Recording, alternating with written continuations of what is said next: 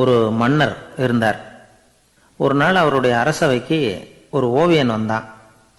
அவன் சீனா தேசத்திலிருந்து வந்தவன், தாவோ சிந்தனையாளன். அவன் அங்கே வந்து மன்னர் முன்னாடி நிற்கிறான். யாரும் செய்ய முடியாத ஒரு காரியத்தை என்னால் செய்ய முடியும்னா. இவன் இப்படி சொன்னதை கேட்டதும் ஏற்கனவே அங்கே இருந்த அரசவை ஓவியன் ஒருத்தனுக்கு கோபம் வந்துட்டுது. இதோ பாரு, இப்படிலாம் பேசக்கூடாது, நான் வேணும்னா உன்னுடைய சவாலை ஏற்றுக்கிறேன் அப்படின்னா. நாம் 2 பேரும் ஓவியம் தீட்டுவோம், அதை பார்த்துட்டு நம்ம 2 பேரில் யார் சிறந்த ஓவியன் அப்படிங்கிறத மன்னரே தீர்மானம் செய்யட்டும், என்ன சொல்கிற அப்படின்னு கேட்டான் அவன். அவனும் சரின்னு ஒத்துக்கிட்டான். போட்டி ஆரம்பமாச்சு. அரசர் அவங்களுக்கு 2 சுவர்களை ஒதுக்கி கொடுத்தார். 6 மாத காலம் அவகாசம் கொடுத்தார். 2 ஓவியர்களும் அவங்கவுங்க வேலையை ஆரம்பித்தாங்க. இரவு பகலாக வேலை செய்ய ஆரம்பிச்சுட்டாங்க. 6 மாதம் முடிஞ்சது. அரசர் வந்து பார்த்தார். முதல்ல தன்னுடைய அரசவை ஓவியர் தீட்டி இருந்த ஓவியத்தை பார்த்தார். ரொம்ப பிரமாதமாக இருந்தது, பாராட்டினார். இதோ பாரு, உன்னுடைய ஓவியம் அற்புதமாக இருக்குது, உயிரோட்டம் உள்ளதாக இருக்குது, கலையின் உச்சமே இதுதான், இதை விட சிறந்த ஒரு ஓவியத்தை வேற யாராலையும் படைக்க முடியாது அப்படின்னார். அதுக்கப்புறம் அந்த சீன ஓவியன்கிட்ட போனார். எங்கே உன்னுடைய ஓவியம்னு கேட்டார். திரைச்சீலையை விலக்கி விட்டு பாருங்கன்னா. மன்னர் வந்து அந்த திரைச்சீலையை விளக்குனார். உள்ளே வந்து ஓவியம் இருக்க வேண்டிய இடம் கண்ணாடி மாதிரி தெரிஞ்சுது. அவன் அந்த 6 மாத காலமாக அந்த சுவரை வந்து தேய்ச்சி தேய்ச்சி கண்ணாடி மாதிரி ஆக்கி வச்சிருக்கிறான். அதுக்கு நேராக எதிர் சுவரில் அரசவை ஓவியம் தீட்டின ஓவியம் இருக்குது. அது எதிரில் இருந்த இந்த கண்ணாடியில் பட்டு பிரதிபலிக்குது. மன்னர் யோசனை பண்ண ஆரம்பித்தார். அப்புறம் அந்த சீன ஓவியனை பார்த்து கேட்டார், இதை பாரு, நீ என்னுடைய ஆளை வந்து தோற்கடிச்சுட்ட அப்படிங்கிறதுல சந்தேகம் இல்லை, ஆனாலும் எங்களை ஏமாற்றி இருக்கிற, எந்த ஓவியமும் நீ வரையிலையே அப்படின்னார். அரசே, இதுதான் உண்மையான ஓவியம், உயிருள்ள ஓவியம். இது வந்து மனோபாவங்களை பிரதிபலிக்கும், மாறுகின்ற காலங்களை அப்படியே காட்டும் அப்படின்னா அந்த சீன ஓவியன். கையால் வரைகிற ஓவியங்களில் சலனம் இல்லை, கண்ணாடி அப்படி கிடையாது, சக்தியின் ஓட்டம் அதில் எப்பவும் இருந்துக்கிட்டே இருக்கும், கண்ணாடி மட்டுமே ஜீவன் உள்ள ஓவியமாக இருக்க முடியுங்கிறத அந்த சீன ஓவியன் தெரிஞ்சு வச்சிருந்தான். ஏன்னா அவன் ஒரு தாவோ சிந்தனையாளன். ஒரு குடும்ப தலைவர் ஒரு நாள் காலையில் விடிஞ்சு எழுந்திரிச்சதும் சத்தம் போட்டார். யார் இந்த கருங்குரங்கு படத்தை என் ரூமில் கொண்டாந்து மாட்டி வச்சது அப்படின்னு கத்தினார். சமையல் கட்டிலிருந்து மனைவி பதில் சொன்னாங்க, தூக்க கலக்கத்தில் உளராதிங்க, நல்லா பாருங்க, அது படம் கிடையாது, முகம் பார்க்குற கண்ணாடி அப்படின்னாங்க. ஜெருசலேம் அங்கே உள்ள ஒரு தேவாலயம், அதில் உள்ள பலிபீடத்தின் முன்னாடி ஒரு பெட்டி உண்டு. அது காணிக்கை பெட்டி. ஆலயத்துக்கு வர்றவங்க பிரார்த்தனை பண்ணிவிட்டு திரும்பி போகிற சமயத்தில் அந்த பெட்டியில் காணிக்கை போடுவாங்க. அவங்களால எவ்வளவு முடியுமோ அவ்வளவு போடுறது வழக்கம். அவங்கவுங்க வசதிக்கு தகுந்த மாதிரி போடுவாங்க. வசதி உள்ளவங்களாக இருந்தாலும் சரி, வசதியே இல்லாத வறியவர்களாக இருந்தாலும் சரி, ஆலய காணிக்கை பெட்டியில் காசு போடுறது அவங்களுக்கு ரொம்ப பெருமையான ஒரு செயல். ஒரு சமயம் இயேசு தம்முடைய சீடர்களோடு அந்த ஆலயத்துக்கு வரார். அங்கே உட்காந்து ரொம்ப நேரம் வழிபாடு பண்ணிகிட்டு இருக்கிறார். சீடர்களும் அந்த ஜபத்தில் கலந்துக்கிட்டாங்க. வழிபாடு முடிஞ்சுது. இயேசு உட்காந்துருக்கிறார். காணிக்கை பெட்டியில் காசு போடுறவங்கள கவனிக்கிறார். சீடர்களும் அதையே கவனிச்சுக்கிட்டு இருக்கிறாங்க. ரொம்ப பேர் வரிசையாக வந்தாங்க. அவங்களால முடிஞ்ச அளவுக்கு காசு போட்டுட்டு அவங்க பாட்டுக்கு போய்கிட்டு இருக்கிறாங்க. வசதியானவங்க நிறைய பேர் வந்தாங்க. அதுக்கு மத்தியில் வயசான ஒரு அம்மா, அவங்களும் வந்து காசு போட்டுட்டு போகிறாங்க. இப்போ இயேசு தன்னுடைய சீடர்கள் பக்கம் திரும்பினார். ஒரு கேள்வி கேட்டார். இப்போ இந்த காணிக்கை பெட்டியில் நிறைய பேர் வந்து காசு போட்டுட்டு போகிறத நீங்கள் கவனிச்சிங்க. இன்னைக்கு இந்த காணிக்கை பெட்டியில் ரொம்பவும் அதிகமாக காசு போட்டது யார் அப்படின்னு கேட்டார். முதல்ல வந்தார ஒரு பெரிய மனுஷன், அவர் தான் அதிகமாக போட்டார் அப்படின்னார் ஒருத்தர். 3ஆவதாக வந்தவர் தான் அதிகமாக போட்டார், நான் கவனித்தேன் அப்படின்னாரு இன்னொருத்தர். இப்படி ஆளுக்கு ஒரு விதமாக சொல்கிறாங்க. கடைசியாக இயேசு சொன்னாராம், இன்றைக்கு அந்த பெட்டியில் அதிகமாக காசு போட்டவங்க அந்த வயசான அம்மா தான் அப்படின்னாராம். சீடர்களுக்கு ஒன்றும் புரியல. அந்த அம்மா ரொம்ப ஏழையாச்சே, அவங்க எப்படி அதிகமாக காணிக்கை செலுத்த முடியும் அப்படிங்கிறது அவங்க சந்தேகம். இயேசு விளக்குனார். நிறைய பேர் வந்தாங்க, நிறையவே காசுகள் போட்டாங்க, அது உண்மைதான். ஆனாலும் அந்த அம்மா என்ன பண்ணாங்க கவனிச்சிங்களா? வந்தாங்க, தன்னுடைய காசு பையை திறந்தாங்க, அப்படியே கொட்டுனாங்க. அதில் இருந்தது ரெண்டு காசுகள் தான். அந்த 2 காசும் காணிக்கை பெட்டியில் விழுந்துட்டுது. மற்றவங்கள்லாம் தங்கள்கிட்ட இருந்த செல்வத்தின் ஒரு சிறு பகுதியை எடுத்து பெட்டியில் போட்டாங்க. ஆனால் இந்த அம்மா தன்கிட்ட என்ன இருந்ததோ அதை அப்படியே போட்டுட்டாங்க. தன்னுடைய பிழைப்புக்காக வச்சிருந்த அவ்வளவையும் இழக்கிறதுக்கு தயாராயிட்டாங்க. அவ்வளவு தாராள மனசு அவங்களுக்கு. அதனால அவங்க செலுத்தின காணிக்கை தான் அளவில் அதிகம் அப்படின்னார். விலை மதிப்பில்லாத முத்து புதையல் ஒருத்தனுக்கு கிடைக்க போகுதுன்னு வச்சுக்கோங்க. அதன் மதிப்பை உணர்ந்தவன் என்ன பண்ணுவான்? அதை அடையறதுக்காக தன்கிட்ட இருக்கிற எதையும் கொடுக்கறதுக்கு தயாராக இருப்பான் இல்லையா? அது மாதிரி தான் இதுவும் அப்படின்னார். உலக மதிப்பீடுகளை துரும்பா தூசியா மதித்து அதையெல்லாம் உதறி விடுகிறவன் இறையருள் அப்படிங்கிற இணையில்லாத செல்வத்தை பெறுகிறான் அப்படிங்கிறது இதில் உள்ள கருத்து. இறைவனுக்காக இழப்பதுன்னா துன்பப்படுகிறவர்களுக்காக, ஏழைகளுக்காக, ஏதுமற்றவர்களுக்காக இழப்பது அப்படின்னு அர்த்தம்.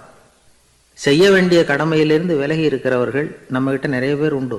அப்படிப்பட்ட ஒருத்தர் டாக்டர்கிட்ட போனார்.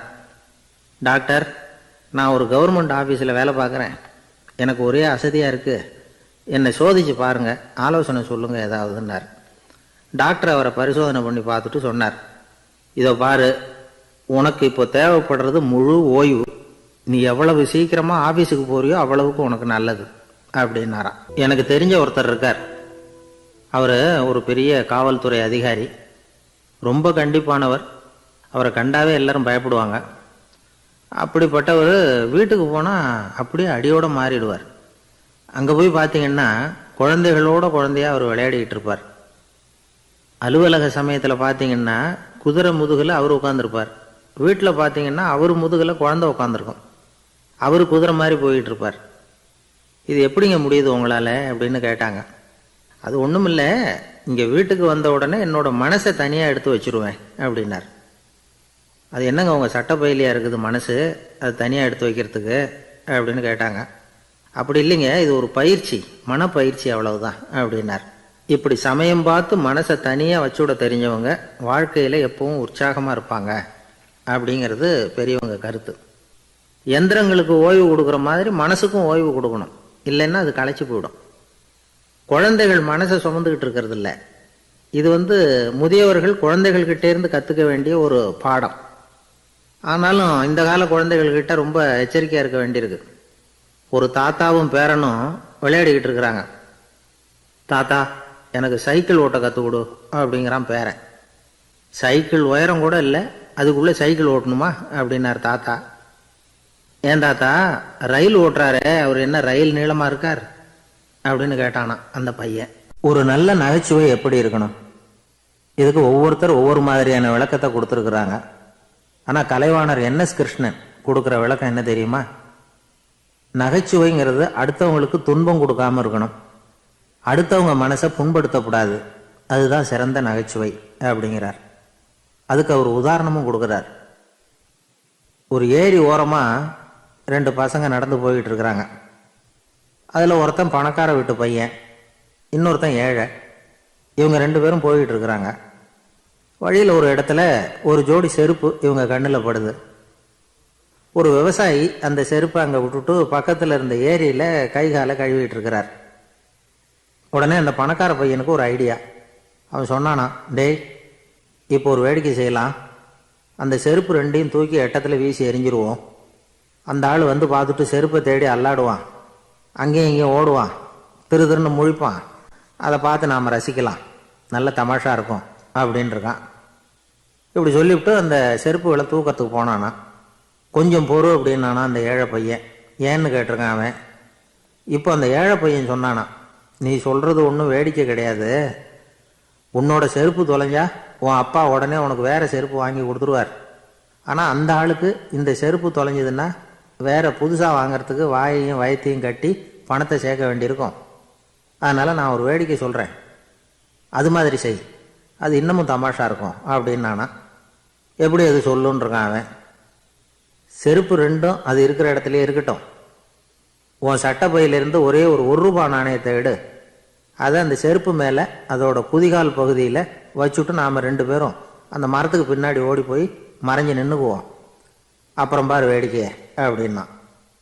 அதே மாதிரி ரூபா காசு செருப்பு மேலே வச்சுட்டு இவங்க 2 பேரும் மறைஞ்சு நின்றுக்கிட்டாங்க. கொஞ்ச நேரத்தில் அந்த விவசாயி வந்தார். காலில் உள்ள மண்ணை தட்டிவிட்டு செருப்பை மாட்டுறதுக்காக போனார். அங்கிருந்த காசு கண்ணில் போட்டுவிட்டது. அவருக்கு ஆச்சரியமாக போச்சு. அதை கையில் எடுத்து பார்க்குறார். 4 பக்கமும் திரும்பி திரும்பி பார்க்குறார், யார் இதை வச்சிருப்பான்னு. கடைசியில் ஆகாயத்தை பார்க்குறார். ஆண்டவா, இது உன்னோட கருணை தான். நீ தான் யாரோ புண்ணியவான் மனசில் தர்மம் பண்ணுற எண்ணத்தை உண்டாக்கி இருக்கிற. அந்த புண்ணியவான் நல்லா இருக்கணும் அப்படின்னு வாழ்த்தி அந்த காசை கண்ணில் ஒத்திக்கிட்டாராம். மறைஞ்சிருந்து பார்த்துக்கிட்டு இருந்த ஏழை பையன் இப்படி சொன்னான், பாத்தியா, உன்னை புண்ணியவான்னு வாழ்த்திவிட்டு போகிறார் அந்த ஆள். அவருக்கும் சந்தோஷம், அதை பார்த்து நமக்கும் சந்தோஷம். உனக்கு 1 ரூபாங்கிறது ஒரு பெரிய விஷயம் இல்லை, ஆனால் அதனால் நமக்கு கிடைச்சிருக்கிற மகிழ்ச்சி ரொம்ப உயர்வானது அப்படின்னு நானா. வேடிக்கையும் கிண்டலும் இது மாதிரி அடுத்தவங்களுக்கு இடைஞ்சலாக இல்லாமல் இருக்கணும் அப்படிங்கிறார் கலைவாணர். ஆனால் பாருங்கள், அவருக்கே இடைஞ்சலாக வர்ற விஷயங்களை கூட அவர் வேடிக்கையாக தான் எடுத்துக்கிட்டாராம். ஒரு தடவை ஒருத்தர் கலைவாணர்கிட்ட வந்து, ஐயா, என் குழந்தை செத்து போச்சு அப்படின்னு சொல்லி அழுதாராம். உடனே இவர் அவருக்கு 100 ரூபா பணத்தை கொடுத்து, இந்தாங்க அடக்கம் செய்யுங்க அப்படின்னு சொல்லி அனுப்பி வச்சாராம். 1 வருஷம் கழித்து மறுபடியும் அதே ஆள் வந்திருக்கார். இவர் மறந்துருப்பாருங்கிற நினைப்புல, அண்ணே என் குழந்தை இறந்து போச்சுண்ணே அப்படின்னாராம். இவர் மறுபடியும் 100 ரூபா கொடுத்து ஆறுதல் சொல்லி அனுப்பி வச்சாராம். 7-8 மாதம் கழித்து மறுபடியும் அதே ஆள் வந்திருக்கார். அவர் வாயை திறக்கிறதுக்கு முன்னாடியே இவர் 100 ரூபாய் அவர் கையில் வச்சு, போன 2 தடவை தான் குழந்தை செத்து போச்சு, இந்த தடவையாவது அதை சாகாமல் காப்பாற்றி விடு அப்படின்னு சொல்லி அனுப்பி வச்சாராம். அதுக்கப்புறம் அந்த ஆள் வர்றதே இல்லையா.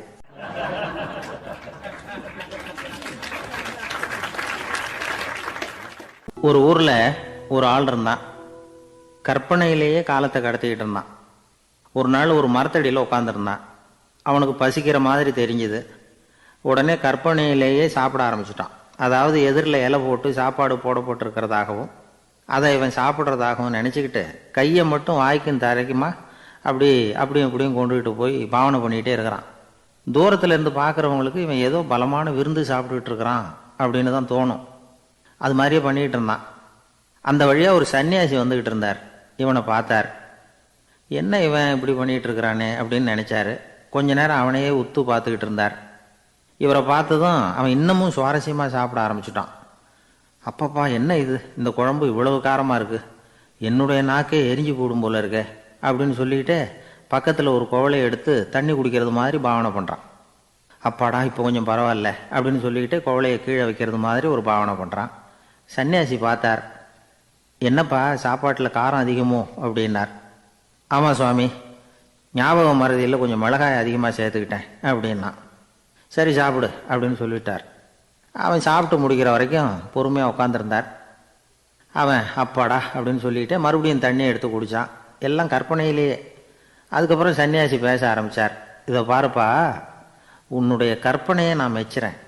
இருந்தாலும் உன் சாப்பாட்டில் ஒரு இனிப்பையும் வச்சுருக்கலாமே, ஏன் மிளகாயை அளவுக்கு அதிகமாக போட்டுவிட்டு அவஸ்தைப்படுறேன் அப்படின்னார். அவன் யோசிக்க ஆரம்பித்தான். அதுக்கப்புறம் இவர் சொன்னார், இதை பாருப்பா, இனிமேல உன்னுடைய கற்பனையும் உயர்ந்ததாக இருக்கட்டும் அப்படின்னு உபதேசம் பண்ணிவிட்டு போனார். எப்பவும் உயர்வை பற்றியே சிந்திக்கணும். உயர்வு கிடைக்கலன்னா கூட அப்படி சிந்திக்கிறத நிறுத்தப்படாது அப்படிங்கிறார் திருவள்ளுவர்.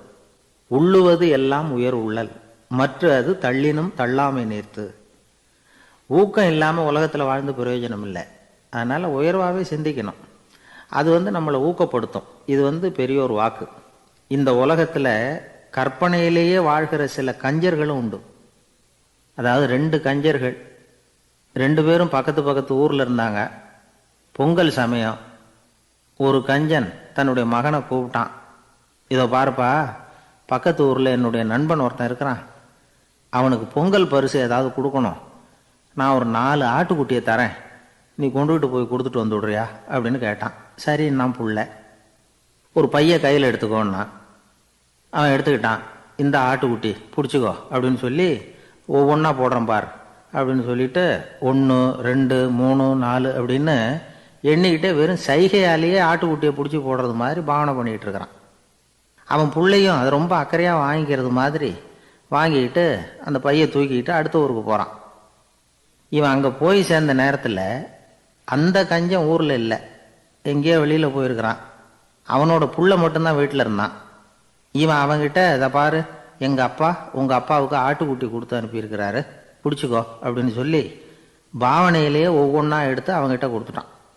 அவனும் வாங்கிட்டான் வாங்கிறது மாதிரி. அப்புறம் சொன்னான், சரிப்பா நானும் பதிலுக்கு ஏதாவது ஒன்றுகிட்ட கொடுக்கணும் இல்லையா, அதனால் அந்த பைய பிடி, ஒரு 10 எலும்பிச்சம்பழம் தரேன், பதிலுக்கு அதை நீ எடுத்துகிட்டு போ அப்படின்னு சொல்லி கையாலேயே ஒவ்வொன்றா எடுத்து போடுறது மாதிரி பாவனை பண்ணிவிட்டான். அவனும் ரொம்ப நன்றி அப்படின்னு சொல்லிவிட்டு அதை வாங்கிட்டு போயிட்டான். கொஞ்ச நேரம் கழித்து வெளியில் போயிருந்த அப்பங்காரன் திரும்பி வந்தான். உள்ள சொன்னான், அப்பா உன்னோட நண்பர் அவருடைய மகன் மூலமாக உனக்கு 6 ஆட்டுக்குட்டி கொடுத்து அனுப்பியிருந்தார், நானும் பதிலுக்கு ஒரு 10 எலுமிச்சம்பழம் கொடுத்து அனுப்பியிருக்கிறேன் அப்படின்னா. எப்படிடா கொடுத்தேன்னு கேட்டார் அப்பா. இப்படி தான் கொடுத்தேன்னு சொல்லி சைகையிலேயே காட்டினான். இதை பார்த்ததும் அப்பங்காரனுக்கு பயங்கரமாக கோவம் வந்துட்டுது. பலார்னு அரைஞ்சுட்டான் பையனை. ஏன்பா அரைஞ்ச? 10 எலுமிச்சம்பழம் கொடுத்துட்டேனே அப்படிங்கிறதுக்காகவா அப்படின்னு கேட்டான். அது கூட பரவாயில்ல, நீ காட்டுற சைகையை பார்த்தா ஆரஞ்சு பழம் சைஸுக்கு இருக்குதே, அவ்வளவு பெருசா ஏன் கொடுத்த? அதுதான் எனக்கு கோபம் அப்படின்னா.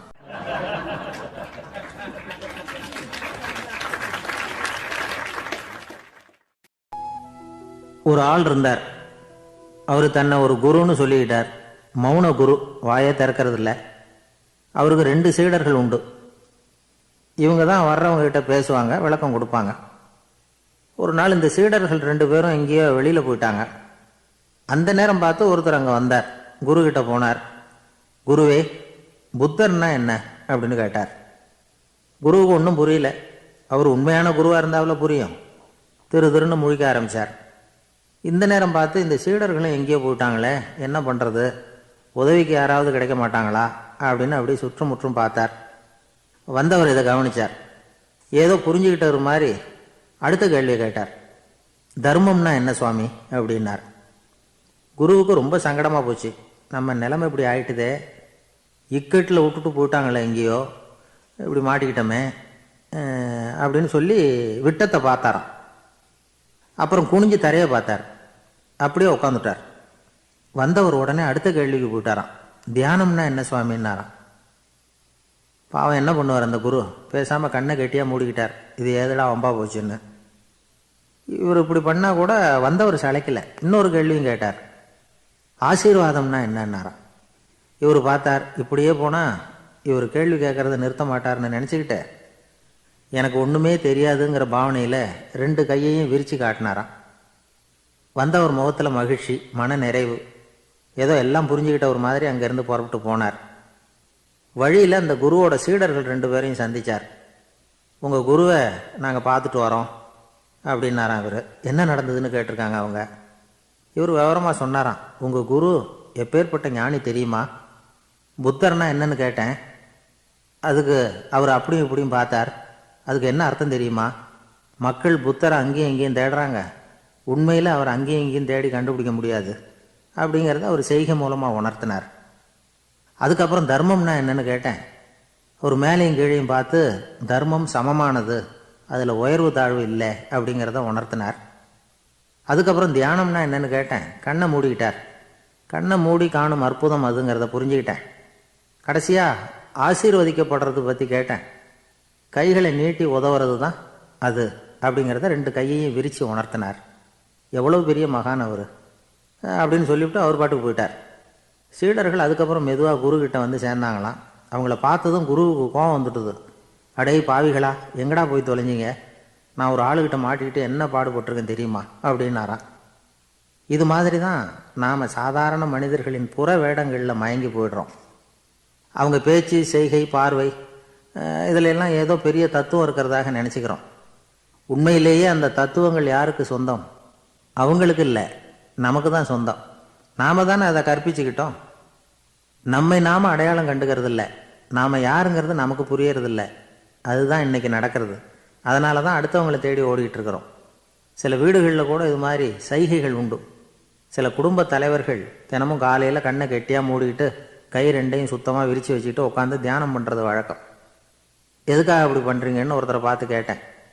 இந்த மாதம் வாங்கின சம்பளம் பூரா தீர்ந்து போச்சு, இனிமேல் என் கையில் சுத்தமாக ஒன்றும் இல்லை, புதுசாக எதுவும் செலவு வச்சுடாத அப்படிங்கிறத அப்படி உள்ளங்கை 2ஐயும் விரித்து காட்டி அவங்களுக்கு உணர்த்துறேன், அவ்வளவுதான் அப்படின்னார். ஒரு பெரிய நினைவு மண்டபம். அதுக்கு முன்னாடி ஒரு அப்பாவும் பிள்ளையும் நின்றுக்கிட்டு இருக்கிறாங்க.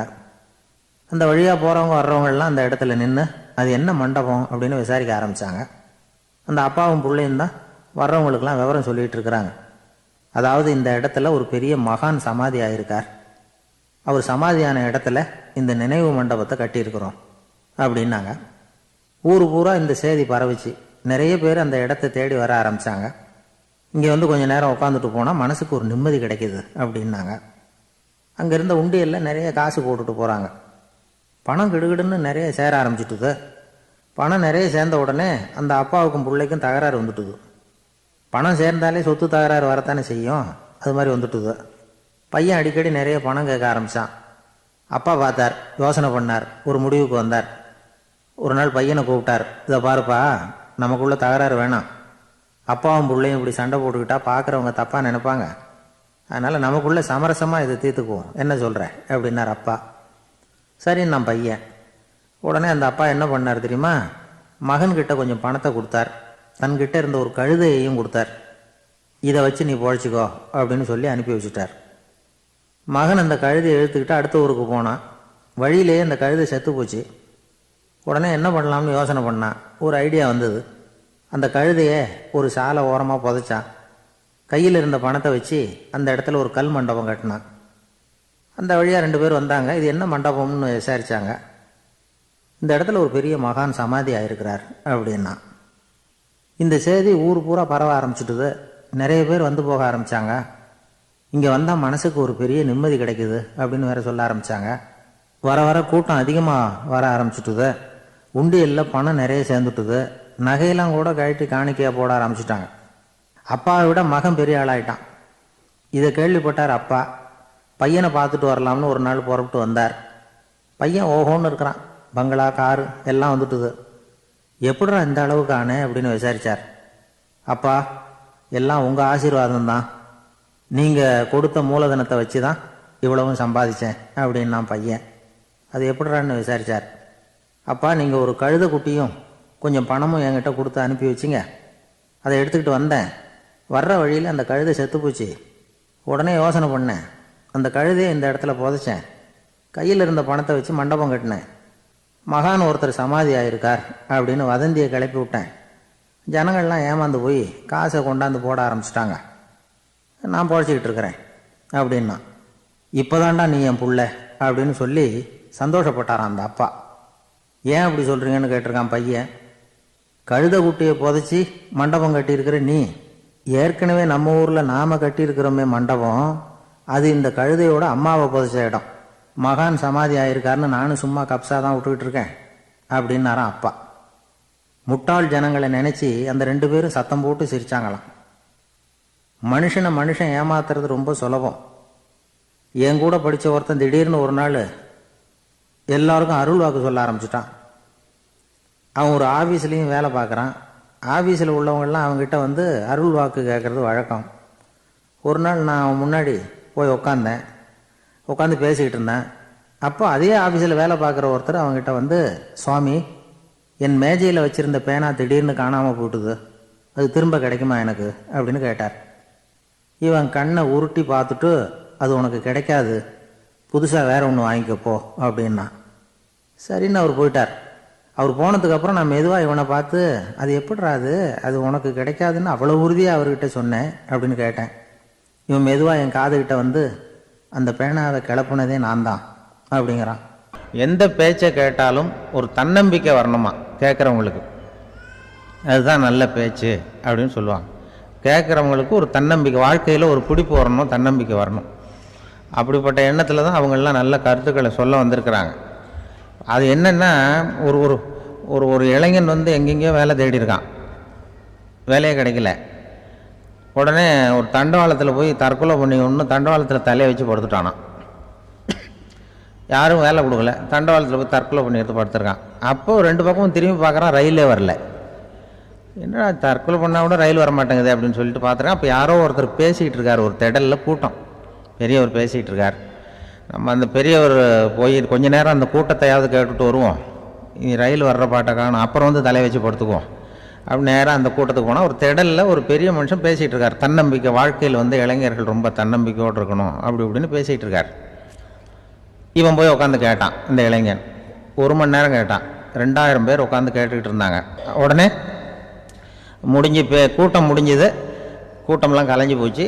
அந்த பெரியவர் பேசிக்கிட்டு இருந்தாரே, அவரை போய் இவன் சந்தித்தான். இளைஞன், ஐயா, நான் தற்கொலை பண்ணிக்கணுங்கிற எண்ணத்தோடு வந்தேன். தண்டவாளத்தில் தலையை வச்சு படுத்தேன். ரயில் வரல. அந்த நேரம் உங்கள் பேச்சு குரல் தான் கேட்டுது. நான் உங்கள் பேச்சை கேட்டேன். 1 மணி நேரம் கேட்டேன்.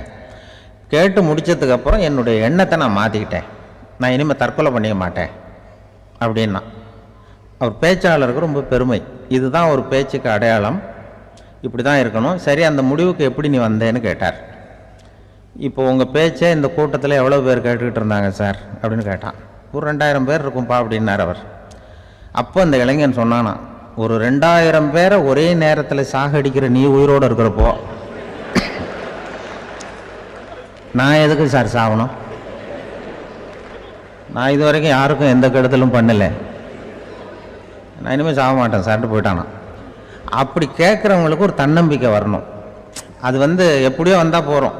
பேச்சாளர்கள் என்னென்னா, சில பேர் தெளிவாக பேசி குழப்புறவங்க இருக்கிறாங்க, குழப்பமாக பேசி தெளிவுபடுத்துகிறவங்க இருக்கிறாங்க. அப்படிப்பட்ட பேச்செல்லாம் உண்டு. குழப்பமாக பேசி தெளிவுபடுத்துறது யாருன்னா சித்தர்கள். நம்ம பழைய சித்தர் பாட்டெல்லாம் பார்த்திங்கன்னா படிக்கிறதுக்கு குழப்பமாக இருக்கும், ஆனால் அது கருத்து தெளிவாக இருக்கும். அதுதான் குழப்பமாக பேசி தெளிவுபடுத்துகிறவரெல்லாம் பழைய நம்ம சித்தர்கள். தெளிவாக பேசி குழப்புறவங்க இருக்கிறாங்க சில பேச்சாளர்கள்.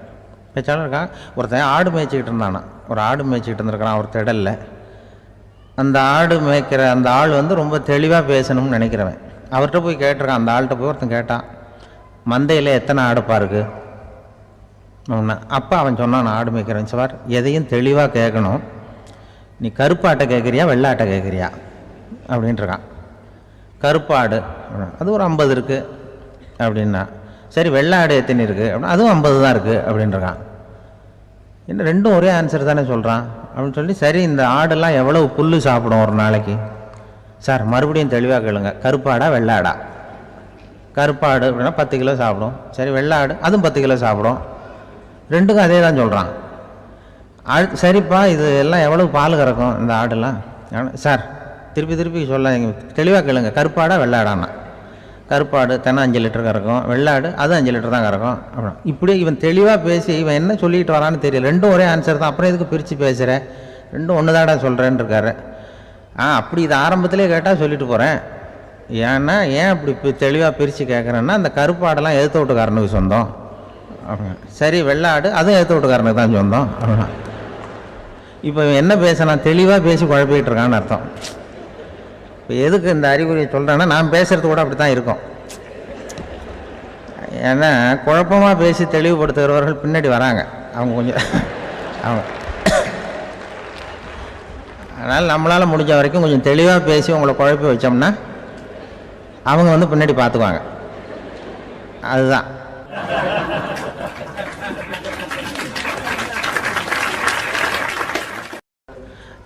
என் கூட வேலை பார்க்குறப்போ ஒரு அம்மா இருந்தாங்க.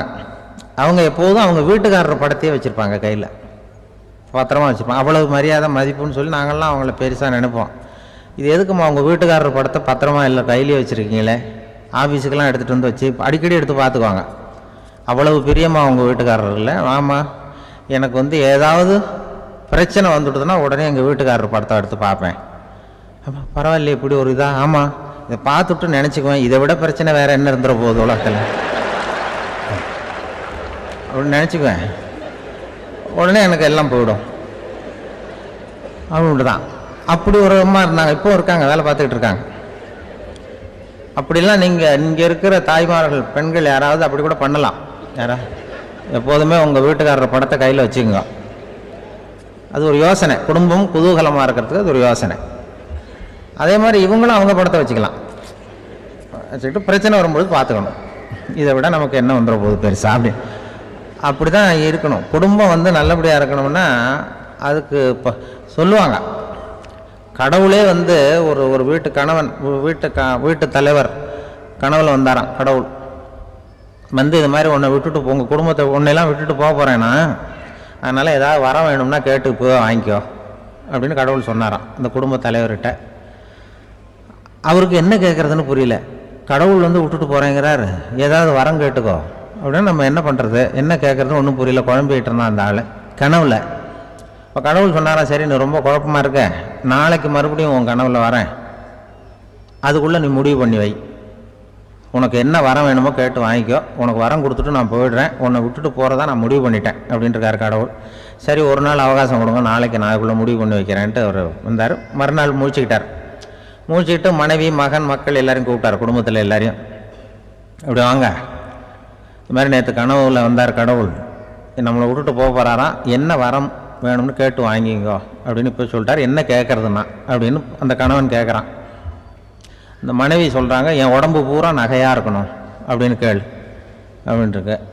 அதுக்குள்ளே அந்த பொண்ணு, ஒரு பொண்ணு ஓடி வந்து, அப்படிலாம் கேட்காதப்பா கடவுள்கிட்ட, இப்போ இருக்கிற சொத்து எவ்வளோ இருக்கோ அதுபோல் இன்னொரு பங்கு வேணும்னு கேள் அப்படின்னு. அந்த பையன் வந்து அவன் வேறு சொன்னான், அவன் அது நமக்கு வந்து இது போல் ஒரு 10 பங்காவது வேணும், 2 பங்களா கார் வேணும் அப்படின்னு அவன் ஒரு லிஸ்ட்டை கொடுத்தான். இவர் என்ன கேட்குறதுன்னு முடிவு பண்ணுறதுக்குள்ள அங்கே வேலை செய்கிற அம்மா, ஒரு வயசான அம்மா வந்திருக்கு, வேலை செய்கிற அம்மா. அது வந்து சொல்லிச்சான் இவர்கிட்ட, தப்பாரு கடவுள்கிட்ட அப்படிலாம் கேட்காதப்பா, நாளைக்கு வரும்பொழுது என்ன வரம் வேணும்னா, எங்கள் குடும்பத்தில் எல்லாரும் அன்பாக இருக்கணும் பாசமாக இருக்கணும்னு கேட்டு வாங்கிக்கோ வரத்தை, அன்பு பாசம் குடும்பத்தில் எப்போதும் நிலவணும்னு கேட்டு வாங்கிக்கோ, வேற எல்லாம் நம்ம பார்த்துக்கலான்னு இந்த பெரியம்மா சொல்லிச்சான். மறுநாள் அதே மாதிரி படுத்து தூங்கினார். கடவுள் கனவுல வந்தார். வந்து கேட்கும்பொழுது இவர் சொன்னாராம், ஐயா எனக்கு வந்து எங்கள் குடும்பத்தில் நாங்கள் கணவன் மனைவி புள்ள குட்டி எல்லாம் பாசமாக இருக்கணும் அன்பாக இருக்கணும், இதுதான் எங்களுக்கு வரம் வேணும் அப்படின்னு கேட்டாராம். இவர் கேட்டதும் கடவுள் வந்து தலையை சொரிய ஆரம்பிச்சிட்டாராம். ஏன் என்ன யோசிக்கிறீங்கன்னு கேட்டிருக்காரு. நீங்கள் அன்பாக பெரியமாக இருந்தீங்கன்னா அப்புறம் ஏன் நான் உங்களை விட்டுட்டு போக போகிறேன், நான் ஏற்கனவே இல்லைங்கிறதுனால தான் உங்களை விட்டு போகலாம்னு முடிவு பண்ணியிருந்தேன்.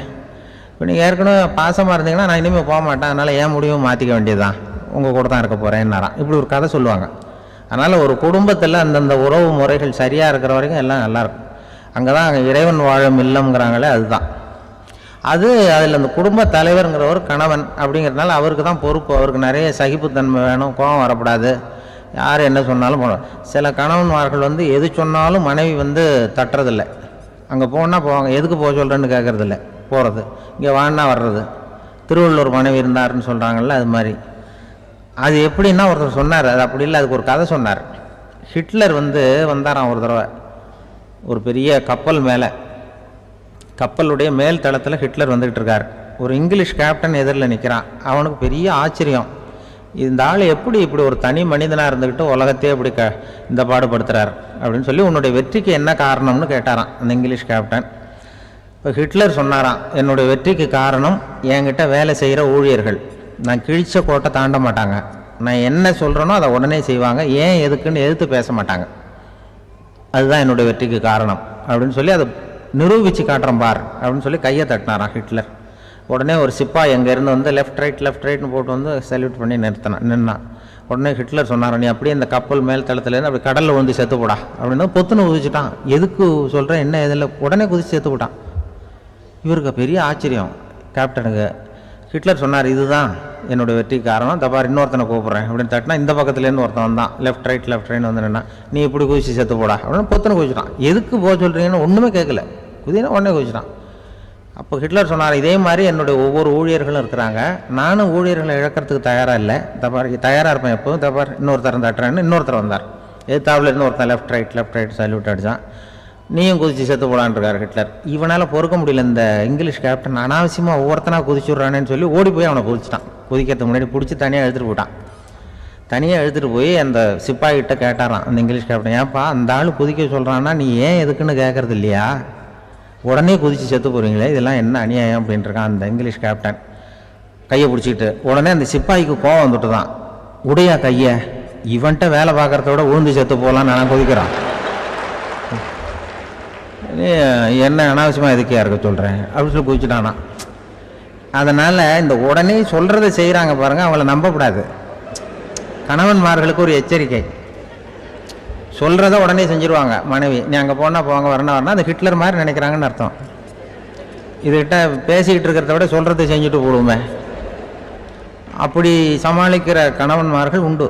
குடும்பத்தில் வந்து அப்படிலாம் இருந்து சமாளிக்கிறாங்க. ஒரு பெரிய செல்வந்தர் போட்டி வச்சாராம், ஒரு நீச்சல் குளம், அதில் யார் வேணாலும் குதித்து அந்த பக்கம் போய் கரையேறலாம். அந்த நீச்சல் குளத்தில் விஷப்பாம்புலாம் கிடக்கு. யார் துணிஞ்சு அந்த விஷப்பாம்பு இருக்கிற குளத்தில் குதித்து அந்த பக்கம் போய் கரையேறானோ அவனுக்கு ஒரு 100 ஏக்கர் நிலம் கொடுப்பேன். அது வேண்டான்னா ஒரு 1000 ஆடு கொடுப்பேன். அதுவும் வேண்டான்னா என் பொண்ணை கொடுப்பேன் அப்படின்னு போட்டி வச்சார். அதான் மாப்பிள்ளையை தேர்ந்தெடுக்கிறதுக்கு அவர் ஒரு வழி, நீச்சல் குளத்தில் குதிச்சு கரையேறணும். இப்போ அந்த ஊரில் இருக்கிற இளைஞர்கள்லாம் வந்து பார்க்குறாங்க அந்த குளத்தில் குதிக்கணும்னு. ஆனால் குளத்தில் வெறும் விஷப்பாம்புலாம் கிடக்கு. இது என்ன பண்ணுறதுன்னு பார்த்தா யாருமே குதிக்கிறதுக்கு தைரியம் வரல. திடீர்னு ஒருத்தன் துணிஞ்சு குதிச்சான். படபடன்னு அடிச்சுட்டு போய் அந்த பக்கம் கரையேறிட்டான். கரையேறின உடனே பரவாயில்லையே ஒரு ஆள் வந்துட்டான்னு சொல்லி அவனை அந்த இளைஞனை போய் பிடிச்சிட்டு வந்தாங்க.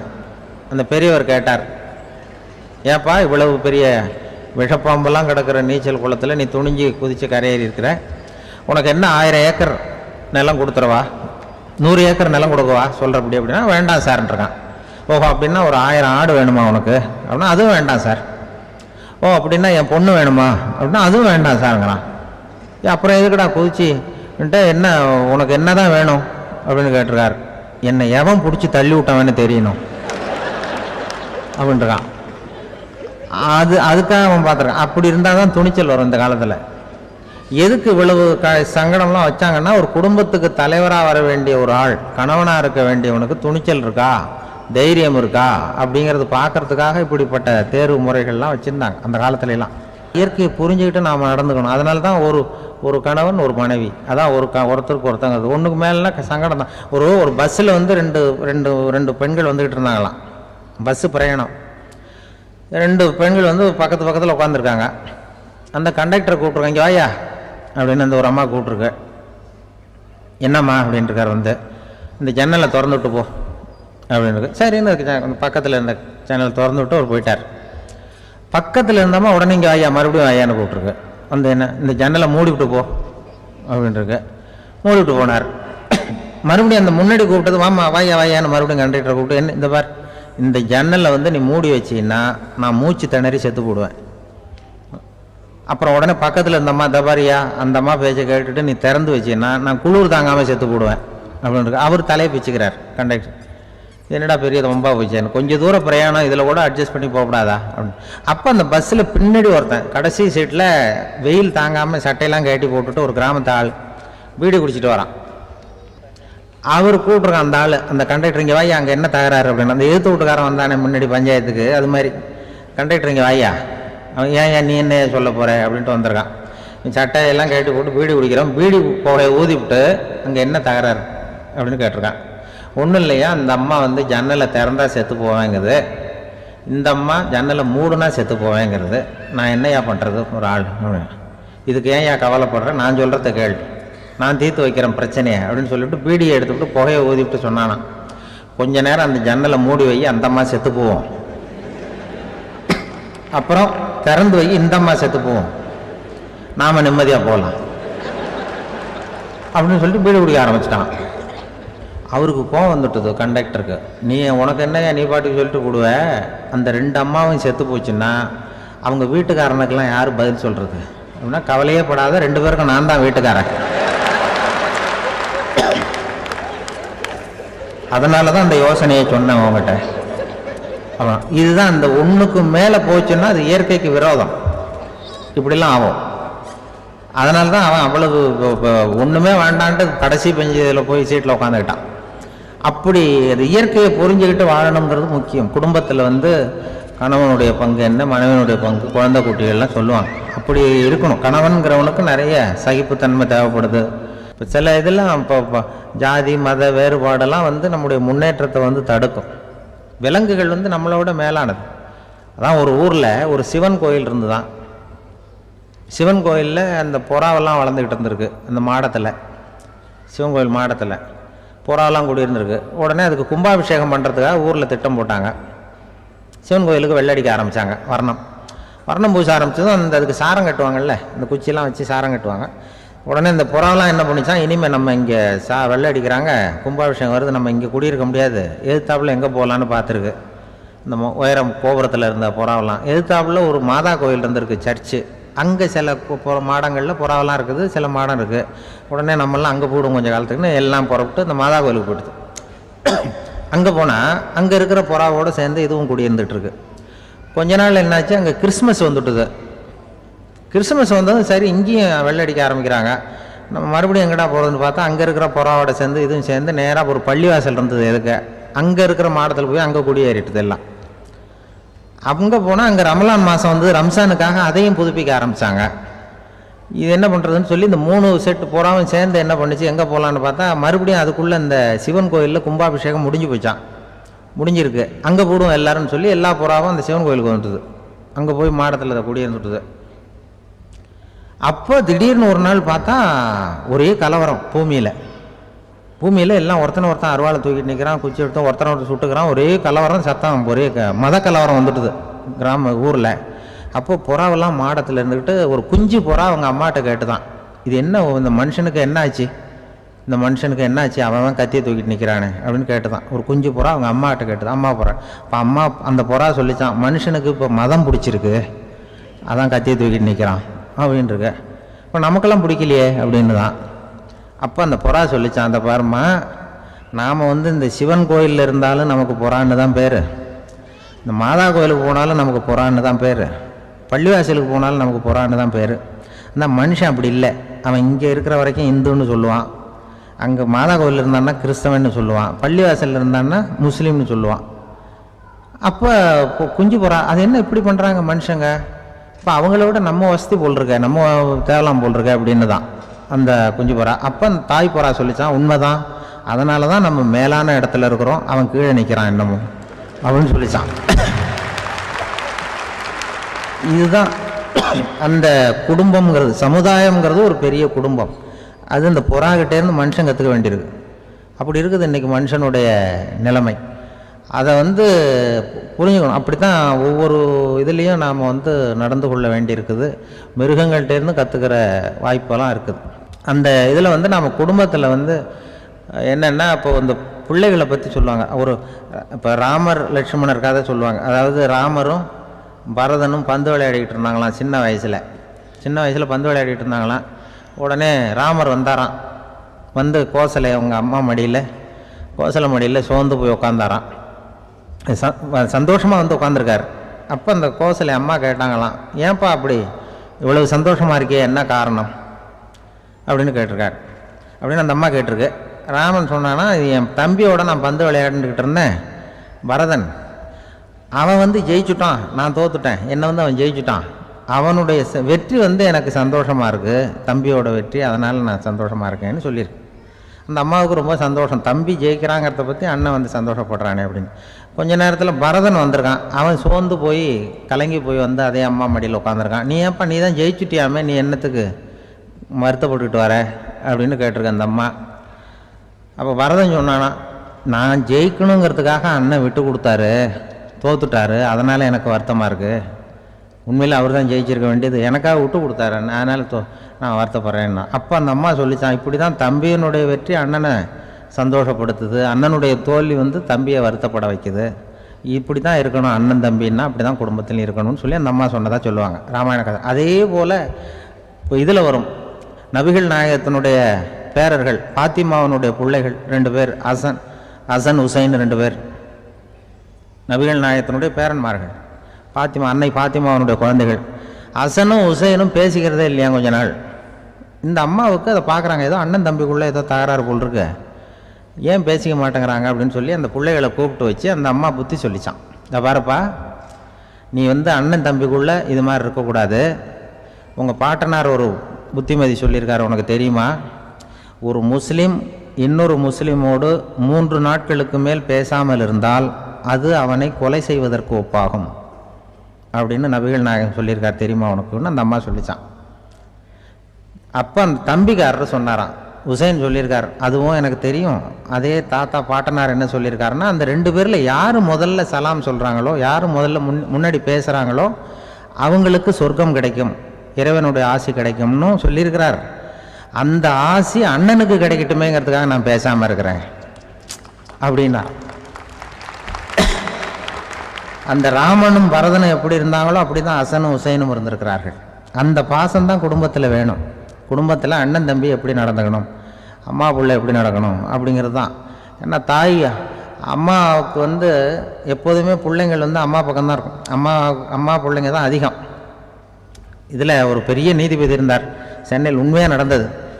சென்னையில் ரொம்ப காலத்துக்கு முன்னாடி காந்தி இருந்த காலத்தில் சென்னையில் ஒரு நீதிபதி, அவர் ஒரு நாள் கோர்ட்லாம் விட்டு ரொம்ப கஷ்டப்பட்டு ராத்திரி சும்மா போய் உடனே வீட்டுக்கு வரல. கோர்ட்டினுடைய நடவடிக்கை முடிஞ்சு வீட்டுக்கு வராமல் போய் எங்கெங்கேயோ போய் சுற்றிவிட்டு அந்த நண்பர்களோடு அப்படி உல்லாசமாக அப்படி கொண்டாடிவிட்டு நடுராத்திரிக்கு வந்திருக்கிறாரு வீட்டுக்கு 1 மணிக்கு. அப்போ அந்த வயசான அம்மா வாசல்லையே காத்துக்கிட்டு இருக்கு. புள்ள போச்சு, நீதிபதி இன்னும் வந்து சேரலேன்னு வாசல்லையே நின்றுட்டு இருந்துதான். அப்போ அது வந்த உடனே பலார்னு அரைஞ்சு விட்டாங்களாம் அந்த அம்மா. ஏன்டா அவ்வளோ தூரம் எங்கே போனேன், என்னதான் நீதிபதியாக இருந்தாலும் அவங்களுக்கு புள்ள தானே, பலார்னு அரைஞ்சு விட்டாங்க. உடனே அவர் கலங்கி போய் அழுதாராம்.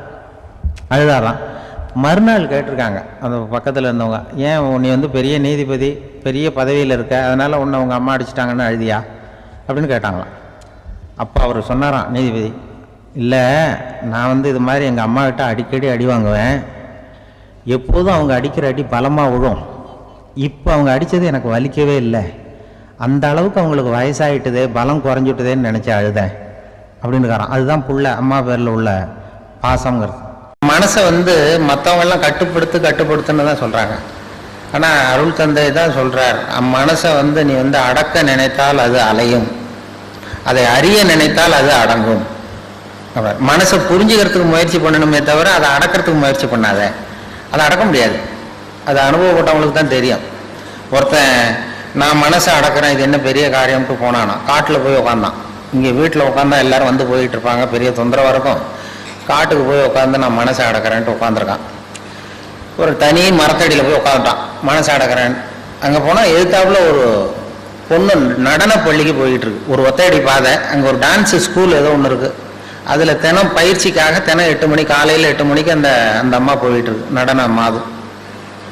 இவன் பார்த்தான், இது ஏதுரா இவ்வளோ தூரம் இங்கேயும் நமக்கு மனசு கட்டுப்படுத்த கஷ்டமாக இருக்குது, இந்த பொண்ணு போகுது இந்த பக்கம் அப்படின்னு சொல்லி மறுநாள் ஒரு துணி எடுத்து கட்டிவிட்டான்.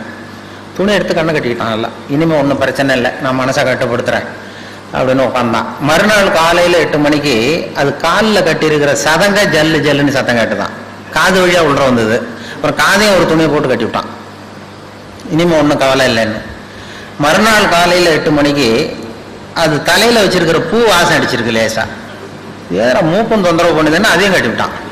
கண்ணு இதில் இது என்ன பெரிய மனசை அடக்கிறது பெரிய காரியம், கண்ணுக்கு அது மூக்கு கட்டியாச்சு, எல்லாத்தையும் கட்டிவிட்டு இனிமேல் ஒன்றும் பிரச்சனை இல்லைன்னு உட்காந்துட்டான். மறுநாள் காலையில் 8 மணிக்கு சரியா 8 மணிக்கு அவன் மனசு நினைச்சுதான் இந்நேரம் அவ போயிட்டு இருப்பா அப்படின்னு. அதை எந்த துணையால கட்டுறது? அதுக்குதான் ஆன்மீகம். மனசை அதை புரிந்து கொள்ளுங்கிறது தான்.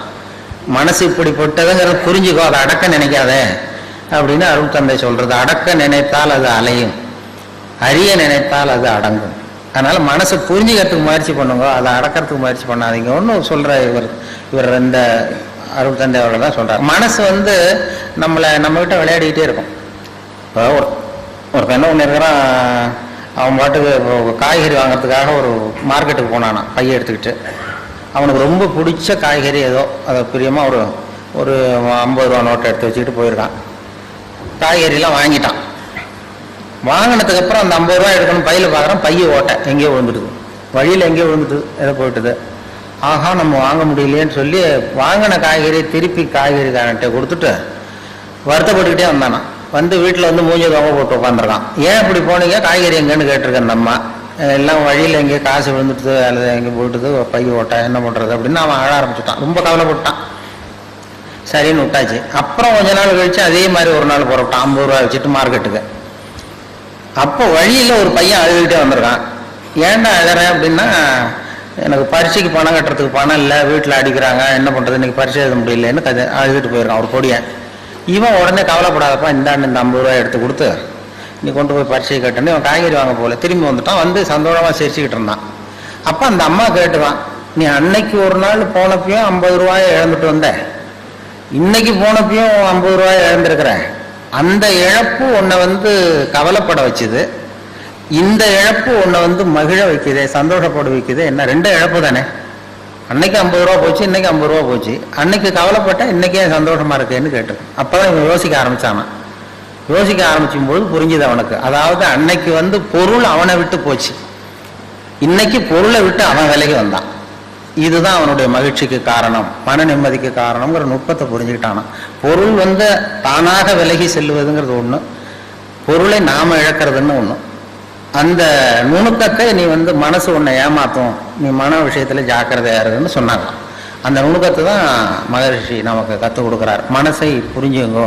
ஆன்மீகம்ங்கிற பேர்ல இன்னைக்கு என்ன நடக்குதுன்னா, கடவுளுக்கு எத்தனை கை, கண்ணு, காது, மூக்குன்னு எண்ணிட்டு இருக்கிறான். அது சொல்லுவாங்க, அதாவது கிருஷ்ணன் எங்கே பிறந்தான் என்று யோசிக்காதே, கீதை என்ன சொல்லுகிறது என்பதை மட்டும் பார் அப்படின்னு சொல்லுவாங்க. அதாவது ஒருத்தன் மரத்துல உள்ள ஒருத்தன் எண்ணிட்டு குறிப்பு எடுத்துக்கிட்டு இருந்தானா, மரத்துல எத்தனை கிளை இருக்கு, எத்தனை இலை இருக்கு, எத்தனை காய் காய்ச்சிருக்கு அப்படின்னு ஒரு பேப்பர்ல குறிச்சு ரொம்ப எழுதிட்டு இருக்கான். இந்த ராமஜெயம் எழுதுறது மாதிரின்னு வைக்கலாம், என்னமோ எழுதி வச்சுட்டு இருக்கான். உடனே அந்த பக்கம் இன்னொருத்தர் வந்தார், ஒருத்தர் அறிவாளி இந்த பாருங்க சார், நான் இந்த மரத்துல எத்தனை கிளை இருக்கு, எத்தனை பழம் இருக்கு, எத்தனை காய் இருக்குலாம் எண்ணி கிளையெல்லாம் கரெக்டா குறிச்சிக்கிட்டு இருக்கேன் அப்படின்றான். அவரு அதையெல்லாம் நீயே வச்சுக்கோ, அது எனக்கு என்னத்துக்கு, எனக்கு தேவை பழம் அப்படின்னு சொல்லி பழத்தை வாங்கி சாப்பிட்டு ஒரு பாட்டு போட்டாரான், பறிச்சு சாப்பிட்டு. ஆன்மீகவாதி இலைகளை எண்ணுகிறான், அறிவாளி பழங்களை உண்ணுகிறான் அப்படின்னு சொல்லுவாங்க. நமக்கு தேவை அந்த பழம், அதை நேரடியா அந்த கனியை நமக்கு பறிச்சு கொடுக்கறதுக்கு தான் அருள் தந்தை வந்திருக்கிறார். நீங்க போய் இது கை காலெல்லாம் எண்ணிட்டு இருக்காதீங்க, நமக்கு தேவை என்ன. அதான் ஆன்மீகவாதிகள் இலைகளை எண்ணுகிறான், அறிவாளி பழங்களை உண்ணுகிறான். அந்த பழங்களை உண்ணுகிற கலை தான் இது மனவள கலைஞர். அதுக்கு நம்மளை தயார்படுத்துறார். அப்படித்தான் நாம் மனதை சரி பண்ணணும், புரிந்து கொள்ள வேண்டும்ங்கிறது அதில் உள்ள கருத்து. எனக்கு முதல்ல இந்த வேதாத்திரி அவர்கள் அந்த உலக மனவள கலை மன்றத்தில் எப்போ தொடர்புனா, ஒரு 10-15 வருஷத்துக்கு முன்னாடி ஒரு நண்பர் கூப்பிட்டார். சென்னையில் இது மாதிரி சினம் தவிர்த்தல்னு ஒரு பயிற்சி நடத்துகிறோம், நீ அதில் பேசணும்னு சொல்லி கூப்பிட்டார் ஒரு நண்பர். நான் சொன்னேன், நான் பயிற்சிக்கு வேணா வரேன், என்னை பேசுறதுக்கு கூப்பிடாங்க, எனக்கு அனுபவம் கிடையாது, நீ ஒன்று எனக்கும் உங்கள் பயிற்சியில் சேர்ந்துக்கிறேன் அப்படின்னா. அதெல்லாம் கிடையாது, பயிற்சியெல்லாம் நாங்கள் கொடுக்குறோம், நீ சினம் தவிர்த்தல், மனுஷன் கோவப்படாமல் இருக்கிறதுக்கு என்ன வழி நீ சொல்லிட்டு போ அப்படின்னு சொல்லி கூப்பிட்டாங்க. சரி ஏதாவது போவோமேன்னு சொல்லி போய் நான் சும்மா கதை மாதிரி சொல்லிட்டு வந்தேன்.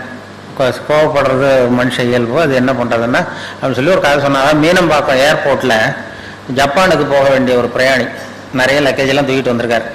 இதை வாங்கி பிளேனில் ஏற்றக்கூடிய பொறுப்பில் உள்ள தொழிலாளிகிட்ட சண்டைக்கு போகிறாரு, அடிக்க போகிறாரு, என்னமோ தகராறு.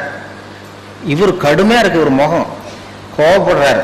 இந்த பெரிய மனுஷன் ஜப்பான் போக வேண்டிய பிரயாணி இதை வாங்கி பிளேனில் ஏற்றுற தொழிலாளி இருக்கானே, அவன் சிரிச்சுக்கிட்டே சரி சார் சரி சார்ங்கிறான். இவர் கோவப்படுறாரு, அவன் சிரிச்சுக்கிட்டு இருக்கான். இதை ஒரு பேராசிரியர் பார்த்துட்டு இருக்கிறார், மனவள கலை மன்ற பேராசிரியர் அங்கே உட்காந்து பார்த்துட்டு இருக்காரு. இது என்ன இந்த பெரிய மனுஷன் இவ்வளவு கோவப்படுறான், அந்த சாதாரண தொழிலாளி சிரிச்ச முகத்தோடு இருக்கிறானே, அவன் நமக்கு வகுப்பு எடுக்கலாம் போல இருக்கு, சினம் தவிர்த்தல வகுப்பு அப்படின்னு நினச்சிட்டார்.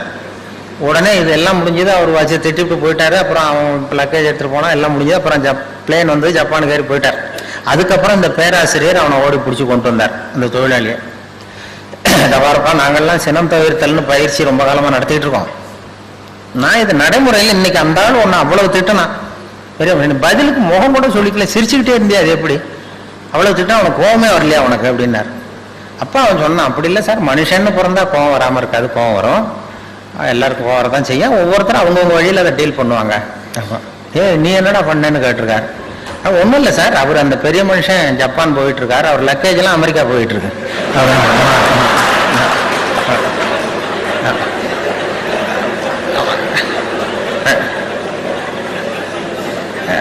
நம்ம எதுக்கு சார் அனாவசியமா இவன்ட்ட போய் கோவப்பட்டுக்கிட்டு,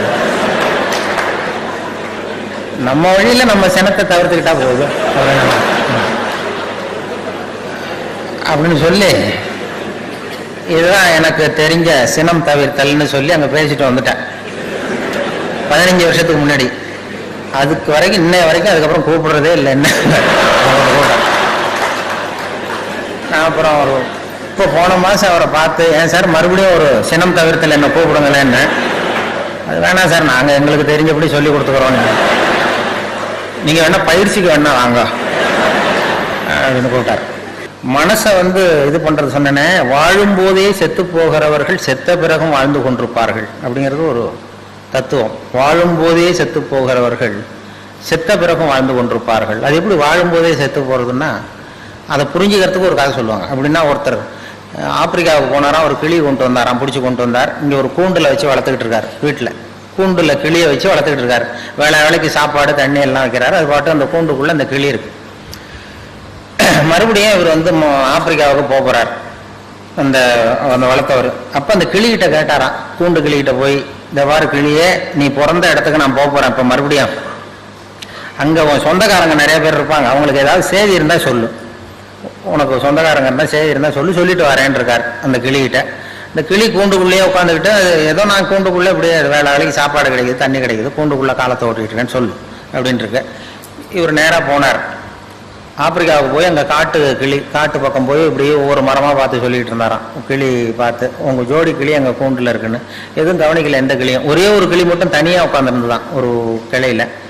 இவர் ஒரு யூகத்தில் அந்த கிளிகிட்ட போய், கிளியே உன்னுடைய ஜோடி கிளி அங்கே கூண்டில் வச்சு வேலைக்கு சாப்பாடு தண்ணிலாம் கொடுக்குறோம், கூண்டுக்குள்ளே வாழ்ந்துகிட்டு இருக்கு, எங்கள் வீட்டில் தான் இருக்குன்னு சொல்லியிருக்காரு. உடனே அந்த தனியாக இருந்த கிளி பொலன்னு கண்ணீர் விட்டு தான் அப்படியே சுருண்டு விழுந்து செத்து போச்சு. இவர் நினச்சிட்டா, ஐயோ நம்மளால ஒரு கிளி இப்போ உயிர் போட்டுதே, இது அந்த ஞாபகத்தை ஜோடி கிளி, அதோட ஜோடி கிளி இதுன்னு புரிஞ்சுக்கிட்டார். உடனே ரொம்ப சோகத்தோடு வந்தார். இங்கே வந்து கூண்டு கிளிகிட்ட சொன்னாராம். கூண்டு கிளிகிட்ட அது மாதிரி சொன்ன, அங்கே போய் ஒரு மரத்தில் உன் ஜோடி கிளி இது மாதிரி நீ கூண்டுக்குள்ளே அப்படியே உழுந்து செத்து போச்சு அப்படின்றாரு. அப்படி சொன்னது இந்த கூண்டுக்குள்ளே இருந்த கிளியும் பொலன்னு கண்ணீர் விட்டு தான் அப்படியே சுருண்டு உள்ளே விழுந்து செத்து போச்சு. இவர் ரொம்ப வருத்தப்பட்டார், அனாவசியமாக 2 கிளியை வீணாக எடுத்துட்டோமே அப்படின்னு சொல்லி. சார் உடனே கிணிமை இதை வச்சுட்டு கூண்டுக்குள்ளே வச்சிருக்கக்கூடாது அப்படின்னு கூண்டை திறந்து அதை எடுத்து தூக்கி எறிஞ்சாராம். பக்கம் வெளியில் தூக்கி எறிஞ்சா அப்படி படபடன்னு ரெக்கை அடிச்சுட்டு போய் உட்காந்துக்கிட்டு மரத்தில். சாவில் செத்து மாதிரி கிடந்திருக்கு. போய் உட்காந்துக்கிட்டு சொல்லிச்சான், இது வந்து கூண்டுக்குள்ளேருந்து தப்பிக்கிறதுக்கு என்ன வழிங்கிறத என் ஜோடி கிளி உன் மூலமாக சொல்லி அனுப்பிச்சுது. அதுவும் அங்கே சாவில் உயிரோட தான் இருக்கு. கூண்டுக்குள்ளேருந்து நீ தப்பிக்கணும்னா செத்தது மாதிரி நடி, உன் தலைகள்ல இருந்து விடுபட்டு போயிடலாம், வெளியில வந்துடலாம், கூண்டுல இருந்து விடுதலை கிடைக்கும் உனக்கு. அது ஆன்ம விடுதலை. அதனால அந்த கிளி வாழும் போதே செத்து போனது, இப்போ செத்த பிறகும் வாழ்ந்து கொண்டிருக்கிறது. வாழும் போதே செத்து போகிறவர்கள் செத்த பிறகும் வாழ்ந்து கொண்டிருப்பார்கள்ங்கிற தத்துவத்தை அப்படி சொல்லுவாங்க. அந்த தலைகள்ல இருந்து விடுபடணும்னா அந்த ஆன்ம விடுதலை, அதுதான் அந்த விடுதலை நமக்கு கிடைக்கணுங்கிறது தான் இந்த மன்றத்தை நமக்கு கொடுக்குற பயிற்சிகள்லாம். உள்ளுக்குள்ள போய் அகத்தாய்வு பண்றதுன்னா எதுக்குன்னா, உள்ள இருக்கிற ஒருத்தனை கண்டுபிடிக்கணும். உள்ளே ஒருத்தர் இருக்கான் நமக்குள்ள. இப்போ நமக்கெல்லாம் யாருன்னா ஒவ்வொருத்தரும் 3 பேர். இப்போ என்னை பற்றி நான் என்ன நினைக்கிறேன்னா அது ஒருத்தன், என்னை பற்றி நீங்கள் என்ன நினைக்கிறீங்களோ அது ஒரு மனுஷன். நம்ம 2 பேருக்கும் தெரியாத எனக்குள்ள ஒருத்தன் இருக்கான், அவன் 3வது மனுஷன். அந்த 3வது மனுஷனை அடையாளம் கண்டுபிடிக்கிற முயற்சி தான் இந்த அகத்தாய்வு, இந்த பயிற்சிகள்லாம். 3வது மனுஷனை நீ கண்டுபிடிச்சி வெளியில் கொண்டு வா, கண்டுபிடிச்சா உலகம் வந்தன சமாதானம் வந்துடும். அது என்ன 3வது மனுஷன்னா, இது ரொம்ப தியரிட்டிக்கலாக இருக்கிறது மாதிரி இருக்கும். 3 மனுஷன் எப்படி இருக்கான் அப்படின்னு ப்ராக்டிக்கலாக பார்க்கலாம். அதை நான் என்னுடைய அனுபவத்திலே பார்த்துருக்கேன். நான் மயிலாப்பூரில் கொஞ்ச நாள் குடியிருந்தேன், வானொலி நிலையத்துக்கு பக்கத்தில். அப்போ ஒரு 2 வீடு தள்ளி ஒரு பாட்டி அம்மாவுக்கு உடம்பு சரியில்லை, ரொம்ப சீரியஸ், ரொம்ப வயசான பாட்டி, உடம்பு சரியில்லை ரொம்ப. அந்த பேரன்லாம் ஓடி வந்து பாட்டிக்கு உடம்பு சரியில்லை, ஆஸ்பத்திரிக்கு அழைச்சிட்டு போகணும்னு ஓடி வந்தான். உடனே நான் ராத்திரி 12 மணி இருக்கும், ஓடி போய் அந்த பாட்டி ஒரு பக்கத்தில் ஒரு ஆட்டோ ரிக்ஷா ஸ்டாண்ட் இருந்தது, அதில் போய் ஒரு பையன் தூங்கிட்டு இருந்தான், எல்லாம் தூங்கிட்டாங்க, ஒரு பையன் தூங்கிட்டு இருந்தான். ஆட்டோ டிரைவர், எழுந்திருப்பா பாட்டியை ஆஸ்பத்திரிக்கு கொண்டு போகணும்னு. இப்போலாம் வர முடியாது சார், காலையில் பார்த்துக்கலாம் அப்படின்னா. பாட்டியப்பா, பாட்டிக்கு உடம்பு சரியில்லடா, சீரியஸாக இருக்குன்னா, பாட்டிக்கெல்லாம் போய் ஏன் சார் கவலைப்படுறீங்க அப்படின்னா. ஒரு பொடியன் சின்ன, அப்படிலாம் இல்லை, உனக்கு எவ்வளோ பணம் வேணுமோ தரோம், நீ வாடான்னதும் சரி 250 ரூபா கொடுத்தா வரேன் அப்படின்னா. நீ எவ்வளோ வேணாலும் வாங்கி வாடான்னு சொல்லி ஆட்டோவை கூப்பிட்டு வந்தோம். அந்த இடத்துக்கு 30 ரூபா தான் இப்போ பணம் கொடுக்கறது வழக்கம். அந்த இடத்துலேருந்து ராயப்பேட்டை ஆஸ்பத்திரிக்கு 30 ரூபா. இவன் 250 ரூபா கேட்டான். சரி வாடான்னு சொல்லி கூப்பிட்டு வந்து பாட்டி வீட்டுக்கு முன்னாடி நிறுத்தி, அவனும் உள்ள ஓடி வந்து பாட்டியை தூக்கும்போது அவனும் கை கொடுக்குறான். கையை கொடுத்து தூக்கிட்டு வரான். தூக்கிட்டு வந்து பாட்டியை உட்கார வச்சு நாங்கள்லாம் போகிறோம். போய் ராயப்பேட்டை ஆஸ்பத்திரியில் கொண்டு போய் இறக்கணும். அவனும் மறுபடியும் தூக்கிட்டு வரான். பாட்டியை தூக்கிட்டு வந்து டாக்டர்கிட்ட ஒப்படைச்சிட்டு மறுபடியும் வெளியில் வந்தான். டாக்டர்கிட்ட ஒப்படைச்சிட்டோம் இந்த பாட்டியை. அப்புறம் வெளியில் வந்து இவன்கிட்ட இந்தா நீ கேட்டால் 250 ரூபா இந்தடா அப்படின்னு கொடுத்தோம். அப்போ அந்த பொடி சின்ன பையன், விவரம் இல்லாத பையன், அவன் சொல்கிறான், எனக்கு பணம் வேணாம் சார், பாட்டிக்கு இதை நான் செஞ்ச உதவியாக இருக்கட்டும் அப்படின்ட்டான். சொல்லிவிட்டு ஆட்டோ எடுத்துகிட்டு போயிட்டான். அப்போ என்னென்னா, இதில் வந்து ஒரு இளைஞன் இந்த நேரத்தில் இரக்கம் இல்லாமல் 250 ரூபா கேட்குறானே, 250 ரூபா கேட்டான் பாருங்க, அவன் தான் முதல் மனுஷன். இந்த வயசுல இப்படி இரக்கம் இல்லாம இருக்கானேன்னு நான் நினைச்சேன் பாருங்க, அவன் தான் 2வது மனுஷன். அந்த உண்மையான 3வது மனிதன் ராயப்பேட்டை ஆஸ்பத்திரியில தான் வெளில வந்தான். அந்த அடையாளம் அவன் எந்த அகத்தாயும் பண்ணாதவன். அந்த மூன்றாவது மனுஷன் அடையாளம் கண்டுபிடிங்கிறதுக்காக தான் இவங்க இவ்வளவு பயிற்சிகள் நமக்கு கொடுக்குறாங்க. இது வந்து மதங்கள் மதவாதிகளையும் எல்லார்ட்டும் உண்டு. அந்த மூணாவது மனுஷன் உள்ள ஒளிஞ்சிருப்பான், வெளியில தெரிய மாட்டான். இப்ப அமர்நாத் கோயிலுக்கு இந்து பக்தர்கள்லாம் போயிட்டு இருக்கிறப்ப செத்து விழுந்தாங்க ஒரு 5-6 வருஷத்துக்கு முன்னாடி பேப்பர்ல. அதாவது குளிர் தாங்காம செத்து போய் விழுந்துட்டு இருந்தாங்க அமர்நாத்துக்கு, அந்த குளிர் இதுக்கு. அப்போ வழியில் இருக்கிறவங்க எல்லாம் வீடுகள் எல்லாம் திறந்து வச்சு அந்த சாவறதுக்கு போராடிக்கிட்டு இருக்கிற இந்து பக்தர்களை எல்லாம் கூப்பிட்டு வந்து அதுக்கு போர்வை போத்தி கம்பளி போத்தி ஆகாரம் கொடுத்து அவங்களை பிழைக்க வச்சு திருப்பி அனுப்புனாங்க. அப்படி திருப்பி அனுப்புனவங்க எல்லாம் அங்க இருக்கிற முஸ்லீம்கள். அதுதான் அந்த மூணாவது மனுஷன், அவன் தான் மூணாவது மனுஷங்கிறது. அப்ப போய் அந்த மதம் இது அவன் பார்க்கல. அது மாதிரி அந்த மூன்றாவது மணி அரசியல்வாதிகளுக்குள்ளேயே இருக்கிறான், எல்லார்கிட்டும் இருப்பாங்க. இப்போ ஸ்டாலின் வந்து இருக்காரு மேயர், மெட்ராஸ் மேயர். அவர் வந்து பிறந்த நாள் வாழ்த்து சொல்றதுக்காக திருநெல்வேலி பக்கத்துல இருந்து நிறைய பேர் வந்துட்டு நாங்கள் ஒருத்தரோம் ஒரு 8 வருஷத்துக்கு முன்னாடி எல்லாரும் வந்து பிறந்த நாள் வாழ்த்து சொல்லிட்டு திரும்பி போறாங்க. திண்டிவனத்துக்கு பக்கத்துல ஒரு அந்த இளைஞர் அணி, திமுக இளைஞர் அணி வேன் கவுந்துட்டுது. 4-5 பேர் செத்து போட்டாங்க ஆக்சிடென்ட்ல. சில பேர் உயிருக்கு போராடிட்டு இருக்கிறாங்க. ராத்திரி 11 மணிக்கு 12 மணிக்கு நடந்தது. எல்லாம் இடிச்சவன் ஓடி போட்டான். அந்த நமக்கு எதுக்கு வம்புன்னு. அதுக்கப்புறம் வர்றவங்களும் திரும்பி பார்க்கல, இது நம்ம கோர்ட்டுக்கு அலையணும் அப்படின்னு சொல்லிட்டு போயிட்டாங்க. விடிய காலம் வந்து அந்த திண்டிவனத்துல இருந்த இளைஞர்கள் சில பேர் ஓடி வந்திருக்கிறாங்க. அவங்க வந்து டீ குடிக்க வந்தவங்க. பார்த்தா ரோட்ல கிடக்கு, வேன் கவுந்து கிடக்கு, திமுக கொடி பறக்குது. உள்ள சில பேர் செத்து கிடக்குறாங்க, சில பேர் சாவறதுக்கு போராடிட்டு இருக்கிறாங்க.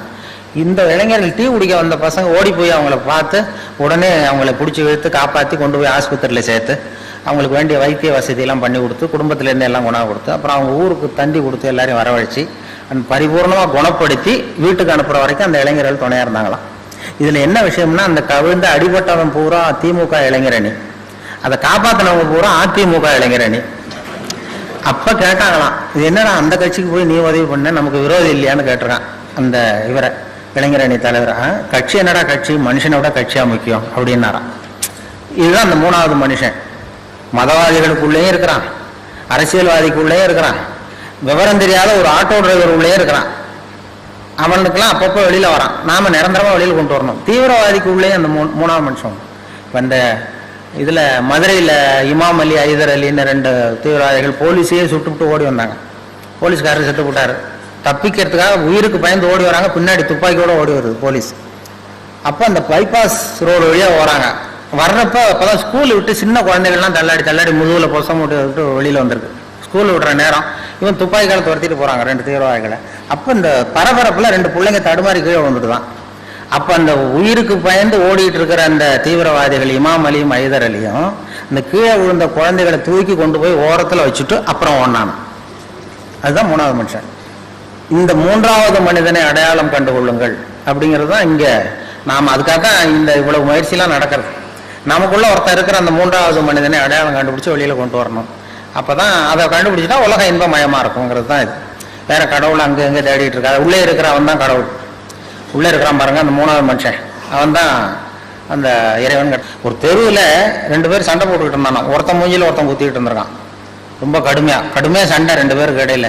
தெருவில் நடுத்தெருவில் சுத்தி நின்று வேடிக்கை பார்க்குது கும்பல், வேடிக்கை பார்க்குது. அப்போ ஒரு பையன் ஒதுங்கி நின்றுருக்கான். அந்த வழியா வந்தவர் கேட்டிருக்காரு, என்னப்பா அங்க நடக்குது சண்டை அப்படின்னா, ஒன்றும் இல்லை, எங்க அப்பாவுக்கும் இன்னொருத்தருக்கும் சண்டை உள்ற, அதை எல்லாரும் வேடிக்கை பார்க்குறாங்க, நான் ஒதுங்கி நிற்கிறேன், எங்க அப்பாவுக்கும் இன்னொருத்தருக்கும் தான் சண்டை நடக்குது உள்றேன்றான் அந்த பையன். அப்போ அந்த விசாரிச்ச பெரியவர் கேட்டிருக்காரு, சரிப்பா அந்த 2 பேர்ல யாரா அவங்க அப்பான்னு கேட்டிருக்காரு. சண்டையே அதுக்காக தான் நடந்துட்டு இருக்கு அப்படின்னா. இப்ப நாம இந்த மதவாதிகள் போடுகிற சண்டைக்கு அதுக்கு என்ன வித்தியாசம் இருக்கு? நாம போடுற சண்டை அதே மாதிரி சண்டை தான், அதாவது போடுற சண்டை. அந்த அளவுக்கு நம்ம மனசை நம்மளுக்கு எடுத்திருக்கு அப்படிங்கிறது தான் மன தூய்மைங்கிறது வேணும். மனசு எதிலிருந்து விலகி இருக்கிறதோ அதிலிருந்து துன்பம் இல்லை அப்படின்னு திருவள்ளுவர் சொல்ற. எனக்கு நிம்மதி வேணும், சந்தோஷம் வேணும்னு ஒரு பெரியவர்கிட்ட வந்தானா ஒருத்தன் ஆசிரமத்தை தேடி. எனக்கு நிம்மதியே கிடைக்க மாட்டேங்குது, நீ படுறா, உனக்கு என்ன காரணம் சொல்றேன்னு, இந்த ராத்திரி இங்க படு, காலையில உனக்கு சொல்றேன் அப்படின்னு படுக்க வச்சார். படுக்கையெல்லாம் கொடுத்து பெட்டு தலைவெல்லாம் கொடுத்தாரு. படுத்து தூங்கினான் நிம்மதியா.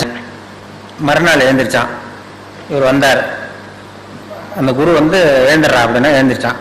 அந்த தலைவனையை தூக்குனார். தலைவனை தூக்கினா உள்ள இருந்து ஒரு நல்ல பாம்பு படம் எடுக்குது. இவரே கொண்டு வந்து வச்சிருக்காரு ராத்திரி நல்ல பாம்பை. அவன் அப்படியே அலறிட்டு ஓடி வந்துட்டான்.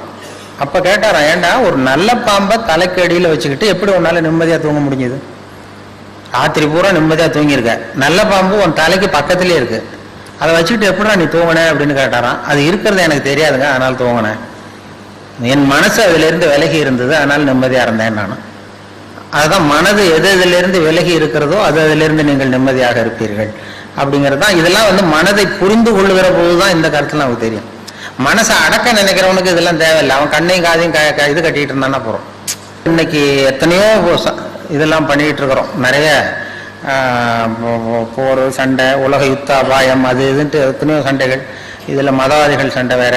இதெல்லாம் இதுக்கெல்லாம் வந்து அந்த மூணாவது மனுஷன் வெளில வந்தால் தான் நாம் வந்து சரியாக வாழ முடியுங்கிறது தான் முக்கியம். ஒரு ஒரு இதில் ஒரு சிவன் கோயிலில் ஒரு புறாவெல்லாம் இருந்துதான். ஒரு சிவன் கோயிலில் மாடங்கள்லாம் இருந்தது, அதில் சில புறாக்கள்லாம் இருந்துதான். திடீர்னு அந்த சிவன் கோயிலுக்கு கும்பாபிஷேகம் வந்தது. உடனே வெள்ளை அடிக்க ஆரம்பித்தாங்க. உடனே அந்த புறாவெல்லாம் இடத்த மாற்றணுமே, இங்கே இருந்தால் இனிமேல் லாயக்கு இல்லை, நம்ம இடத்த மாற்றணுமேனு போயிருக்கு. எங்கே போகலான்னு பார்த்தா எதிர்த்தாப்புல ஒரு சர்ச் இருந்ததுதான், மாதா கோயில். அங்கே சில புறாவெல்லாம் இருந்தது மாடத்தில், சில மாடங்கள் காலியாக இருந்தது. இந்த சிவன் கோயில் புறாவெல்லாம் ஓடி போய் அங்கே உட்காந்துக்கிட்டு. இது சிவன் கோயில் வெள்ளை அடிக்க ஆரம்பிச்சிட்டாங்க கும்பாபிஷேகத்துக்கு. அங்கே போனதுக்கப்புறம் அங்கே கிறிஸ்துமஸ் வந்தது, அங்கேயும் வெள்ளை அடிக்க ஆரம்பித்தான். கிறிஸ்துமஸ் சர்ச்சுக்கு வெள்ளை அடித்து புதுப்பிக்க ஆரம்பிச்சது. என்னடா இங்கேயும் தங்க முடியலையேன்னு இந்த 2 செட்டு புறாவும் புறப்பட்டு வேற இடத்துக்கு போகணும்னு பார்த்து தான் போனால் அங்கே ஒரு பள்ளிவாசலில் சில புறா இருக்குது, அங்கே கொஞ்சம் காலியாக இருந்தது. இந்த சிவன் கோயிலேருந்து போனது, இந்த மாதா கோயிலேருந்து போன புறா எல்லாம் சேர்ந்து அந்த பள்ளிவாசலில் போய் அந்த புறாவோட சேர்ந்து உட்காந்துட்டு. அங்கே போனால் அங்கேயும் தொந்தரவு வந்தது. என்ன தொந்தரவுன்னா அங்கேயும் ரம்சான் வந்தது, அதை புதுப்பிக்க ஆரம்பித்தாங்க. இது என்ன இங்கேயும் தங்க முடியல, எங்கே போகிறதுன்னு பார்த்தது எல்லாம் 3 செட்டு புறாவும். அதுக்குள்ளே இந்த சிவன் கோயில் கும்பாபிஷேகம் முடிஞ்சு போச்சு. சரி அங்கே போய் தங்கிக்கோன்னு சிவன் கோயிலில் போய் எல்லாம் உட்காந்துட்டு இப்படி இருக்கும்போது திடீர்னு கீழே ஒரே கலாட்டா பூமியில். இந்த குஞ்சு புறாவெல்லாம் எட்டி பார்க்குது. ஒரு குஞ்சு புறாவும் தாய் புறாவுக்கு பக்கத்தில் உட்காந்துட்டு எட்டி பார்த்தான். இந்த மனுஷனுக்கெல்லாம் என்ன ஆச்சு இப்போ அப்படின்னு கேட்டிருக்கு. அவனுக்கெல்லாம் மதம் பிடிச்சிருக்கு அப்படின்னு தான் அந்த அம்மா புறா. மதம் பிடிக்கிறதுனா என்னன்னு கேட்டிருக்கு. இதுதான் மத கலவரம்னு பேர். இதனால தான் ஒருத்தன் சுட்டுக்கிறான், வெட்டிக்கிறான் அப்படின்னா நமக்கெல்லாம் மதம் பிடிக்காதா அப்படின்னு கேட்டுதான். நமக்கு பிடிக்காது ஏன் அப்படின்னு கேட்டிருக்கு அந்த குஞ்சு புறா. அப்போ அந்த தாய் புறா சொல்லித்தான், அந்த பாரு மனுஷனுக்கும் நமக்கு அந்த வித்தியாசம். இப்போ நாமெல்லாம் வந்து இங்கே சிவன் கோயிலில் இருந்தாலும் நம்ம பேர் புறாதான், மாதா கோயிலுக்கு போனாலும் புறாதான், பள்ளிவாசலுக்கு போனாலும் புறாதான். ஆனால் அவன் அப்படி இல்லை. மனுஷன் இங்கே இருக்கிற வரைக்கும் இந்துன்னு சொல்லிட்டு இருப்பான், அங்கே போனால் கிறிஸ்தவன்மா, அங்கே போனால் முஸ்லீம்மா, அதனால தான் அப்படி வெட்டிட்டு நிற்கிறான் அப்படின்னு தான் தாய் புறா. அப்போ குஞ்சு புறா கேட்டோம், அப்படின்னா அவங்கள விட நாம ரொம்ப உயர்வா தெரியுதே அப்படின்னு. உண்மைதான். அதனால தான் அவனை விட உயர்வான இடத்துல நாம இருக்கிறோம், நம்மளை விட தாழ்வான இடத்துல அவன் இருக்கிறான் அப்படின்னு சொல்லிச்சான். ஒரு புறா கிட்ட கற்றுக்க வேண்டியிருக்கு. நாம மனுஷன்னா 6 அறிவு எல்லாம் சொல்லிக்கிட்டு அதுகிட்ட நாம் வந்து அமைதியையும் சமாதானத்தையும் கற்றுக்கணும்னு சொல்லி பண்ணிகிட்டு இருக்கிறோம். மனுஷன் வந்து எப்படிலாம் நடந்துக்குவான், என்ன பண்ணுவான்னு சொல்ல முடியாது. எந்த நேரம் எப்படி நடப்பான், என்ன ஏது. வாழும்போதே செத்து போகிறவர்கள் செத்த பிறகு வாழ்ந்து கொண்டிருப்பார்கள். நம்ம வாழும்போதே செத்து போகிற சில நோயாளிகள் உண்டு. ஒரு சராசரி மனுஷன் அவன் போய் ஒரு டாக்டர்கிட்ட, ஒரு மனநோய் டாக்டர்கிட்ட போனானா, என்னடா உனக்கு பிரச்சனைன்னு கேட்டிருக்காரு அவரு. நான் செத்து போட்டேன் டாக்டர். அவர் நினைச்சுட்டாரு, இது வாழும்போதே செத்து போகிறவர்கள் சொல்றாங்களே அந்த ஞானியா அவர் இருப்பாரோ அப்படின்னு சொல்லி, என்னடா சொல்றேன், இது உயிரோட தாண்டா இருக்கேன்னா, இல்லை டாக்டர் நான் செத்து போட்டேன், யாரும் நம்ப மாட்டேங்கிறாங்க, நீங்க வந்து மனநோய் டாக்டர், உளவியல் டாக்டர், நீங்களாவது நம்புவீங்க, அதனால தான் உங்ககிட்ட வந்து சொல்றேன் அப்படின்றான். அவர் புரிஞ்சுக்கிட்டாரு, சரி வர வேண்டிய கேஸ் தான். இவனை வந்து உயிரோட இருக்கிறான்னு நம்ப வைக்கணும், என்ன பண்றது அப்படின்னு சொல்லி தப்பாடுற. உயிரோடு இருக்கிறவங்க பேசுவாங்க, செத்து போனவன் பேச மாட்டான். இப்ப நானும் பேசுறேன், நீயும் பேசுற, அதனால நானும் உயிரோட இருக்கேன், நீயும் உயிரோட இருக்க அப்படின்னா, அதெல்லாம் இல்லை சார், நீங்க வந்து போனத்துக்கிட்ட தான் சார் பேசிட்டு இருக்கீங்க, செத்து போன போனத்துக்கிட்ட தான் சார் பேசுறீங்க அப்படின்றான். ஏன்னா இவன் பெரிய ரொம்ப முத்தன கேஸா இருக்கும் போல் இருக்க, இவனை எப்படி நம்ப வைக்கிறதுன்னு சொல்லி அடுத்த டெஸ்ட். அவர் ரொம்ப கெட்டிக்கார டாக்டர், இது என்ன பெரிய விஷயம், அந்த பருப்பா ஒரு ஊசி எடுத்தார். உயிரோட இருக்கிற உடம்புல ரத்தம் ஓடும் இல்லையா, செத்து போன உடம்புல இருந்து ரத்தம் எடுக்க முடியாது, ஒத்துக்கிறியா? நான் ஒத்துக்கிறேன். அப்படி வா வழிக்கு அப்படின்னு சொல்லி ஒரு டாக்டர் கொஞ்சம் தைரியம் வந்து ஒரு ஊசி எடுத்தார். தன்னுடைய கையில லேசா குத்திவிட்டு காட்டினார், ரத்தம் வருதா, வருது, ஓ வரல கொடு அப்படின்னு சொல்லி அவன் வரல கொடுத்து ஒரு குத்தி, தபார் ரத்தம் வருது, 2 பேர் கையில ரத்தம் வருது இல்லையா, அதனால உயிரோட இருக்கும் எப்படி அப்படின்னு இருக்காரு. நீங்க உண்மையிலேயே ரொம்ப திறமையான டாக்டர் தான் சார் அப்படின்னு இருக்கான். எப்படிடா சொல்ற அப்படின்னா, ஒன்றும் இல்லை, ஒரு செத்து போன உடம்புலயே ரத்தத்தை எடுக்கிறீங்களே அப்படின்னா, அவன் எந்த காலத்துல பிழைக்கிறது? இப்படி வாழும்போதே செத்து போகிறவர்கள் நம்மவர்கள் இப்படித்தான் இருக்கிறாங்க. அந்த விழிப்பு உணர்ச்சி எப்போ வருங்கிறது சொல்ல முடியாது. அதனால அந்த அந்த விழிப்பு உணர்ச்சி தான் நமக்கு தேவைங்கிறது ரொம்ப முக்கியம். அருள் தந்தையினுடைய உபதேசமே என்னன்னா, நீ யாருக்கும் இடைஞ்சல் பண்ணாதே, யாருக்கும் இடைஞ்சலா இருக்காது அப்படின்னு. அப்படி இருந்தும் ஒரு 3/4 மணி நேரம் உங்களுக்கு இடைஞ்சல் கொடுத்துட்டு இருக்கேன். அதனால அதை விட என்னன்னா, பேசுறதும் ஒரு பெரிய, பேசியே கூட கொலை செய்யலாம், கொலை குற்றம் கூட சாட்டப்படலாம். பேசி ஒரு பெரிய ஒரு ஒரு இளைஞன் வாழ்க்கையிலே வெறுத்து போய் தண்டவாளத்தில் போய் தலையை வச்சு படுத்தானா, வாழ்க்கையில் யாரும் உதவி பண்ண மாட்டேங்கிறாங்கன்னு. திரும்பி பார்க்குறான், 2 பக்கம் ரயிலே வரல. என்னடா ரயில் கூட வர மாட்டேங்குதுன்னா, ஒரு கூட்டம் நடந்துகிட்டு இருக்கு, ஒரு பேச்சாளர் பேசிகிட்டு இருக்கார் ஒரு மைதானத்தில். சரி கொஞ்ச நேரம் போய் அவர் பேச்சை கேட்போம், அப்புறம் இங்கே படுத்துருவோம் அப்படின்ட்டு போனால் அங்கே ஒரு 2000 பேர் உட்காந்துருக்குறாங்க. பேச்சாளர் பேசிகிட்டு இருக்கார், வாழ்க்கையில் தன்னம்பிக்கை ரொம்ப அவசியம்னு. பேசி முடிச்சதும் எல்லாரும் கலைஞ்சு போயிட்டாங்க. இவன் மெதுவாக அந்த பேச்சாளர்கிட்ட போனான். சார் கொஞ்சம் உங்ககிட்ட பேசணுன்னு இருக்கான். என்னடான் இருக்கார். நான் உங்கள் தற்கொலை பண்ணிக்கிறேங்கிற எண்ணத்தோடு நான் தண்டவாளத்தில் வந்து தலையை வச்சு படுத்திருந்தேன். உங்கள் பேச்சு சத்தம் கேட்டது, அதனால் நான் உங்கள் பேச்சை கேட்டேன் ஒரு 2 மணி நேரம். உங்கள் பேச்சை கேட்டதும் இனிமேல் நான் தற்கொலை பண்ணிக்கிறது இல்லைங்கிற முடிவுக்கு வந்துட்டேன். வாழணுங்கிற ஒரு ஆசை வந்துட்டுது எனக்கு. அவருக்கு ரொம்ப பெருமையாக இருந்தது. இதுதான் ஒரு பேச்சினுடைய இலக்கணம். நீ இப்படி வந்துட்டு எப்படி இந்த முடிவுக்கு வந்தேன்னு கேட்டிருக்காரு. உங்கள் பேச்சை எவ்வளோ பேர் சார் கேட்டாங்க இங்கே அப்படின்னா, ஒரு 2000 பேர் கேட்டாங்கப்பா அப்படின்னாராம். அப்போ இவன் சொன்னானா, ஒரு 2000 பேரை ஒரே நேரத்தில் சாகடிக்கிற நீ உயிரோடு இருக்கிறப்போ நான் எதுக்கு சார் சாகணும், நான் இனிமேல் சாக மாட்டேன் சார் போட்டான். ஏதோ ஒரு நம்பிக்கை வருது பாருங்க. இப்போ அது மாதிரி ஒரு நம்பிக்கை வந்தாலும் போகிறோம் என் பேச்சை கேட்டு. அதுதான் அவர் அழகர் ராமானுஜன் வித்தியாசமாக பேசுன்னு சொன்னார்.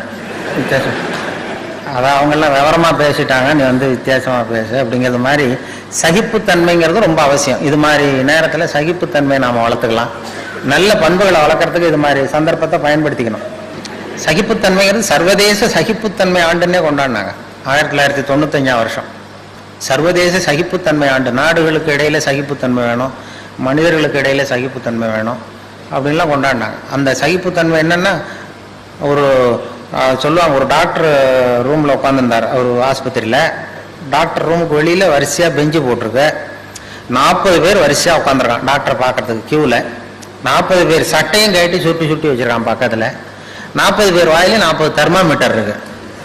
40 பேர் தெர்மாமீட்டரோட மேல் சட்டையை கட்டி சுட்டி வச்சுட்டு அப்படியே வரிசையாக உட்காந்துருக்கான்.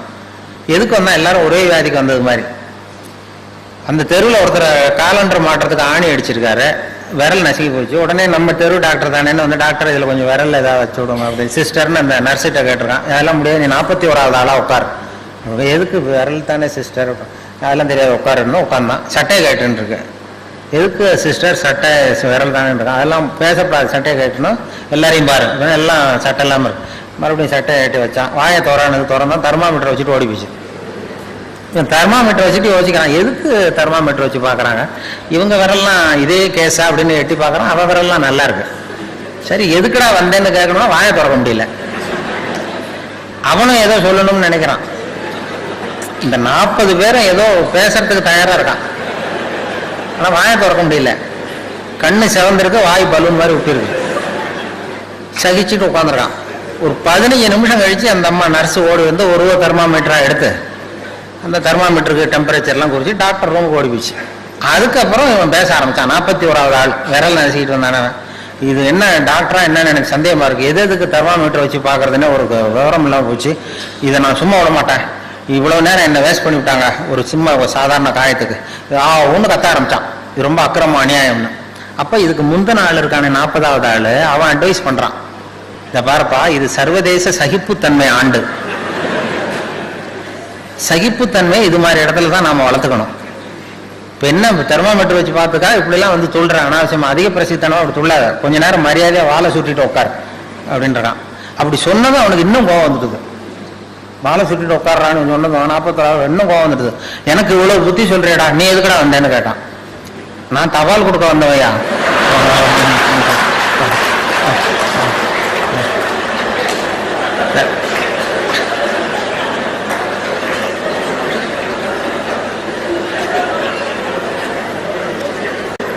நான் தினம் இப்படி வருவேன், சட்டை கேட்டு சொல்லுவாங்க, கேட்டு வைப்பேன், தெர்மாமீட்டர் வச்சு பார்ப்பாங்க.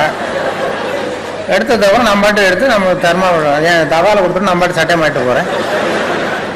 என்ன குறைஞ்சி போச்சு, எல்லாரும் சகிப்புத்தன்மையை வளர்த்துங்கப்பா அப்படின்னு சொல்லி கொடுத்து சொன்னாங்க. அது மாதிரி இது மாதிரி சந்தர்ப்பத்தில் உங்களுடைய சகிப்புத்தன்மையை வளர்த்துக்கிறதுக்கும் ஒரு சந்தர்ப்பம் இருக்கும். அதாவது பேசுறதுல விஷயம் இல்லைன்னா கூட இப்படி மறைமுகமான சில பலன்கள் அதில் உண்டு. அந்த இது அது மாதிரி பலன்களாவது உங்களுக்கு கிடைச்சிருக்கும்னு நம்புகிறேன். ஏன்னா பேச்சாளர்கள் சில பேர் பேச ஆரம்பிச்சுட்டா நிறுத்த தெரியாது, எங்கே முடிக்கிறதுன்னு தெரியாது. ஒருத்தர் அதுக்காக தான் எதிர்த்தாப்புல கடிகார மாட்டிருக்கிறது. கரெக்டாக இந்த தேதி டயப்படி ஆரம்பித்து டயப்படி முடிக்கிறாங்க. ஒரு பேச்சாளர் பேசிகிட்டே இருந்தார், ரொம்ப நேரம் பேசி நேரம் போனே தெரியல. மன்னிச்சுங்க சார், நான் கடிகாரத்தை கூட பார்க்க மறந்துட்டேன், எல்லாரும் என்ன மன்னிச்சுங்க சார், ரொம்ப நேரம் பேசிட்டேன் போல் என் கடிகாரத்தை பார்க்க மறந்துட்டேன் இருக்கார். அப்போ ஒருத்தர் கோபம் எழுந்திரிச்சு சொன்னாராம், ஏயா கடிகாரத்தை தான் பார்க்க மறந்த, பின்னாடி மாட்டி இருக்கிற காலண்டரையாவது பார்க்க கூடாதா?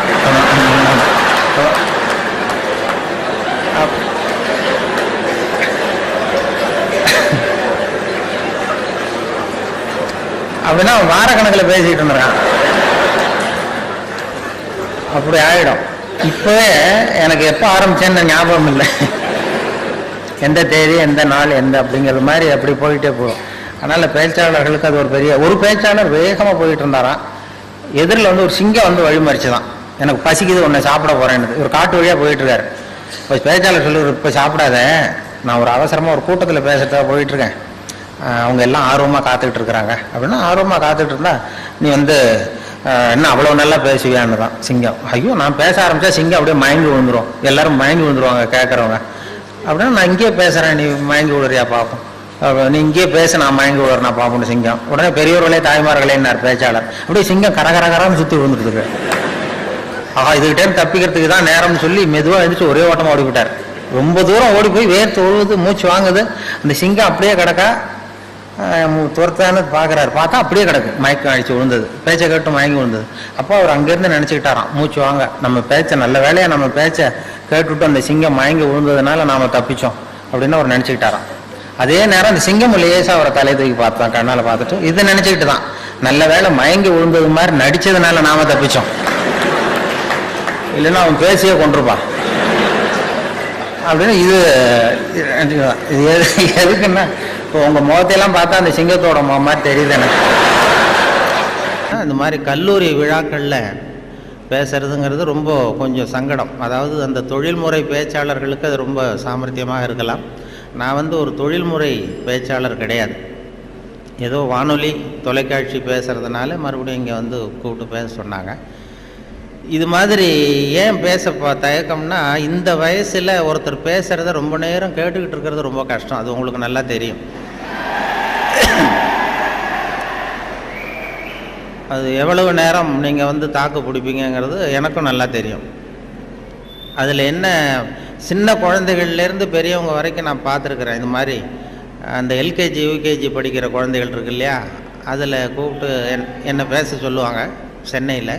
அவங்களுக்கு மாதிரி இந்த குழந்தைகளை உட்கார வச்சு காக்கா கதை நரி கதை ஏதாவது சொல்கிறது உண்டு. அப்படி சொல்லும் பொழுது அவங்க எப்போ பொறுமை இழக்கிறாங்கங்கிறதுக்கு ஒரு அடையாளம் என்னென்னா, அந்த முதல் வரிசையில் உட்காந்துருக்கிற குழந்தை லேசாக தரையை கீறுவான், லேசாக அப்படி இல்லைன்னா பக்கத்தில் இருக்கிறவனை ஒரு பென்சிலால் குத்துவான். இது அவன் பொறுமை இழக்கிறான்னு அர்த்தம். அதுபோல் ஒவ்வொரு இடத்துல, இப்போ பள்ளிக்கூடத்தில் ஹைஸ்கூலுன்னா கொட்டாய் விடுவார்கள், இப்போ காலேஜுன்னா இது மாதிரி பண்ணுவீங்க, ஏதாவது விசில் அடிக்கிறது இப்படி. அதனால் எப்போ முடிக்கணும் எப்போ தொடங்கணுங்கிறது அது ஒரு பெரிய முக்கியமான கட்டம். இதில் எனக்கு ரொம்ப பிடிச்சது இந்த முதியோர் இல்லங்களில் பேசுகிறது தான் ரொம்ப பிடிக்கும். அந்த சென்னையில் பென்ஷனர் அசோசியேஷன் இருக்குது. அதாவது முதியவர்கள் எல்லாம் 80 வயசு 85 வயசை தாண்டினவங்க, ஒரு காலத்தில் பெரிய பதவியிலேருந்து ஓய்வு பெற்றவர்கள். அவங்க கூப்பிட்டு என்னை பேச சொல்லுவாங்க. அதுக்கு மட்டும் யாரும் எந்த சத்தமும் போட மாட்டாங்க. நானும் எவ்வளவு நேரம் வேணாலும் பேசிக்கிட்டு இருப்பேன். அவ்வளவு பேர் முகமும் என்னையே கவனிச்சுக்கிட்டு இருக்கோம். என்ன காரணம்னா, காது கேட்காது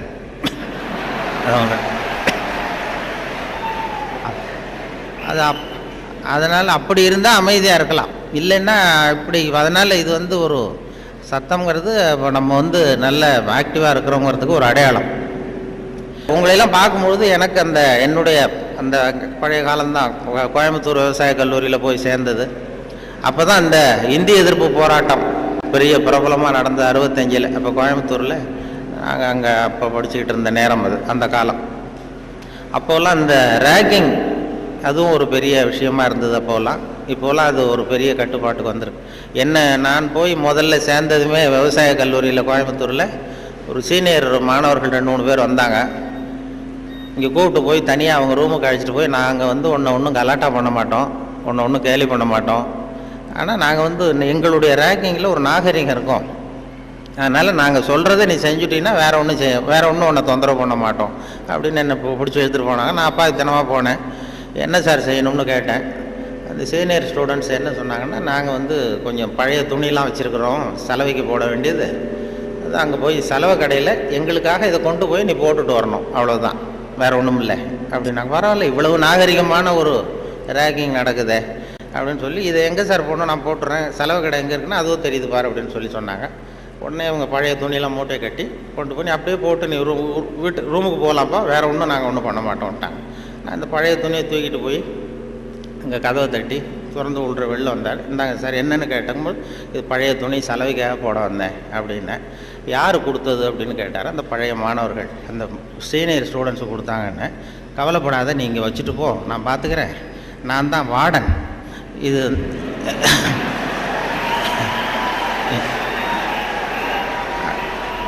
அவங்க வந்து ஏதோ ஒன்று இப்படி சொல்லியிருக்கிறாங்க, நான் உன் பேரில் கோவப்படலைப்பா, நீ வச்சுட்டு போ, நான் பார்த்துக்கிறேன்னார். அந்த வார்டன் பின்னாடி வந்து எங்கள் பல்கலைக்கழகத்து வைஸ் சான்சலராகவே ஆனார். அப்புறம் வந்து ஓய்வு பெற்றார். அப்படி ஒரு அனுபவம் அங்கே நடந்தது. அப்படிலாம் பண்ணுவாங்க. அதில் சில நல்ல இந்த அக்ரிகல்ச்சுரல் ஸ்டாட்டிஸ்டிக்ஸ்னு ஒரு பாடம், விவசாய புள்ளியியல், அது ரொம்ப போர் அடிக்கும். நாங்கள் யாரும் போக மாட்டோம் அந்த வகுப்புக்கு, ஏன்னா அது புரிஞ்சுக்கிறதே கஷ்டமாக இருக்கும். அதுக்காக அந்த ஆசிரியர் என்ன பண்ணார்னா, ஒரு தொழில்நுட்பத்தை கையாண்டார். அதாவது அந்த பாடத்தை நடத்திவிட்டு கடைசியில் ஒரு ஜோக்கு சொல்கிறது.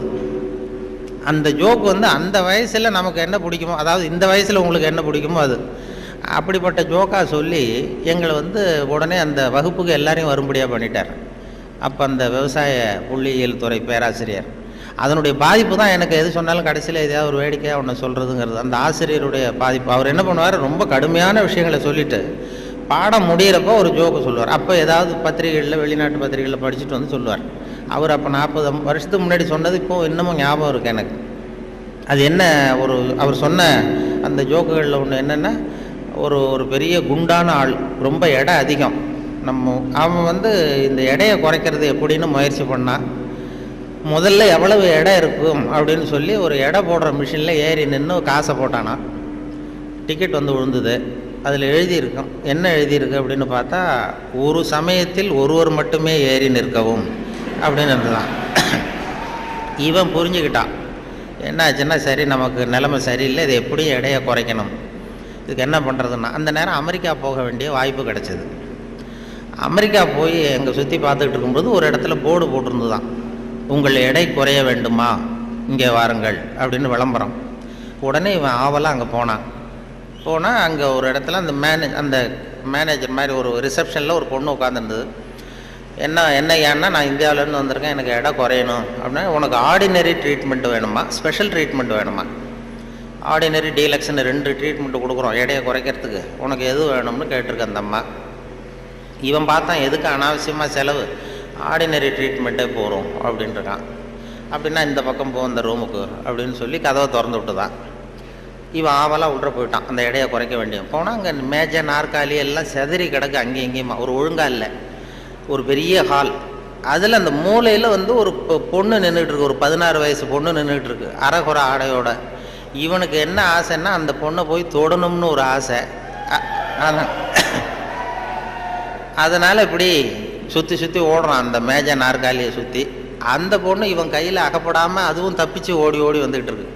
ஒரு 15 நிமிஷம் துரத்துறான், அதுவும் சுற்றிக்கிட்டே இருக்குது. 15 நிமிஷம் கழித்து இந்த மேனேஜர், அந்த பொண்ணு வந்து, ட்ரீட்மெண்ட்டே இவ்வளவு தான், ஒரு 10 நாள் இப்படி வந்தீங்கன்னா சரியாக போடும், எடை குறைஞ்சிரும் அப்படின்ட்டு. இவன் வந்தவன் என்ன பண்ணா, சரி ஆர்டினரியே இப்படி இருந்தால் ஸ்பெஷல் ட்ரீட்மெண்ட் எப்படி இருக்கும் அப்படின்னு யோசனை பண்ணான். சாடார்னு என்ன பண்ணால், நம்ம வந்துட்டோம், இதுக்காக இன்னொரு தரம் அமெரிக்காவுக்கு நம்ம வரப்போகிறதில்ல, எப்படியும் அதையும் பார்த்துட்டு போடுவோன்ட்டு மறுபடியும் அந்த மேனேஜர் அம்மாட்ட போய் நின்னான். என்ன சார் மறுபடியும் என்னன்னு கேட்டிருக்கேன், அந்த ஸ்பெஷல் ட்ரீட்மெண்ட்டையும் எடுத்துகிட்டு போடலாம்னு பார்க்குறேன் அப்படின்னா அது வந்து நீங்கள் இது ஆர்டினரி ட்ரீட்மெண்ட்டுக்கு $10 கட்டினீங்க, ஸ்பெஷல் ட்ரீட்மெண்ட்டுக்கு $50 கட்டணுமே அப்படின்ட்டுருக்கு. அது பரவாயில்ல நான் கட்டிடுறேன்னு சொல்லி கட்டிவிட்டான். கட்டிவிட்டு அப்படின்னா இந்த ரூமுக்கு போ அப்படின்னு ரொம்ப ஆவலாக போய் கதவை திறந்தான். அதுவும் ஒரு பெரிய ஹால். இதே மாதிரி மேஜை நாற்காலிலாம் செதறி கிடக்கு. அந்த மூலையில் தேடுறான் யார் நிற்கிறான்னு பார்த்தா ஒரு 90 வயசு கிழவி. அவ இவனை துரத்துறா.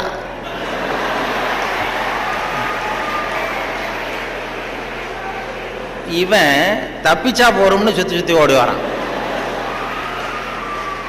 சுற்றி வந்து வெளியில் வந்து விறுவிறுக்க ஓடி வந்து போகிறோம் சார் அப்படின்னா, இது ஒரு 4 நாள்லேயே சரியாக போடுங்க உங்களுக்கு அப்படின்ட்டு வந்துட்டான். இதை எங்கள் ஆசிரியர் கோயம்புத்தூர் விவசாய கல்லூரியில் ஒரு பாடத்தை, கடுமையான பாடத்தை நடத்திவிட்டு, அக்ரிகல்ச்சுரல் ஸ்டாட்டிஸ்டிக்ஸுங்கிற பாடத்தை நடத்திட்டு கடைசியில் சொன்ன ஜோக் அது எங்களுக்கு, அதாவது வகுப்புக்கு தவறாமல் போகணுங்கிறதுக்காக அவர் சொன்னது அது. இப்போ அதனுடைய விளைவு என்னென்னா, இப்போ எனக்கு 45 வருஷம் 50 வருஷம் கழித்து அந்த ஜோக்கு ஞாபகம் இருக்குது, பாடம் மறந்து போச்சு. இப்படி தான் வந்து கடுமையான விஷயங்களை வந்து நம்மளை வந்து பண்ணி சொல்லி கொடுக்கறது வழக்கம். அதே போல் எனக்கு இந்த பொறியியல் துறைக்கும் வர வேண்டிய வாய்ப்பு கிடைச்சிது. நம்ம படித்து முடித்ததுமே சில பேர் எங்கள் பெற்றோர்கள் எல்லாரும் ஆலோசனை பண்ணாங்க, பொறியியலுக்கு அனுப்பலாம், இன்ஜினியர் ஆக்கலாம் பையனை அப்படின்னு. அப்புறம் எல்லாம் இப்போ சில பேர் சொன்னாங்க, அதுக்கெல்லாம் நம்ம பையன் சரியாக வரமாட்டான், அதுக்கெல்லாம் கொஞ்சம் புத்திசாலித்தனம் வேணும் அப்படி இப்படின்னு சொல்லி அதுதான் பண்ணி விட்டாங்க. அப்போது சொல்கிறது உண்டு, ஒரு பையனுக்கு வந்து சின்ன வயசுலேயே அவனை வந்து எந்த துறையில் சேர்க்கறது அப்படிங்கிறது ஒரு முக்கியமான விஷயம்.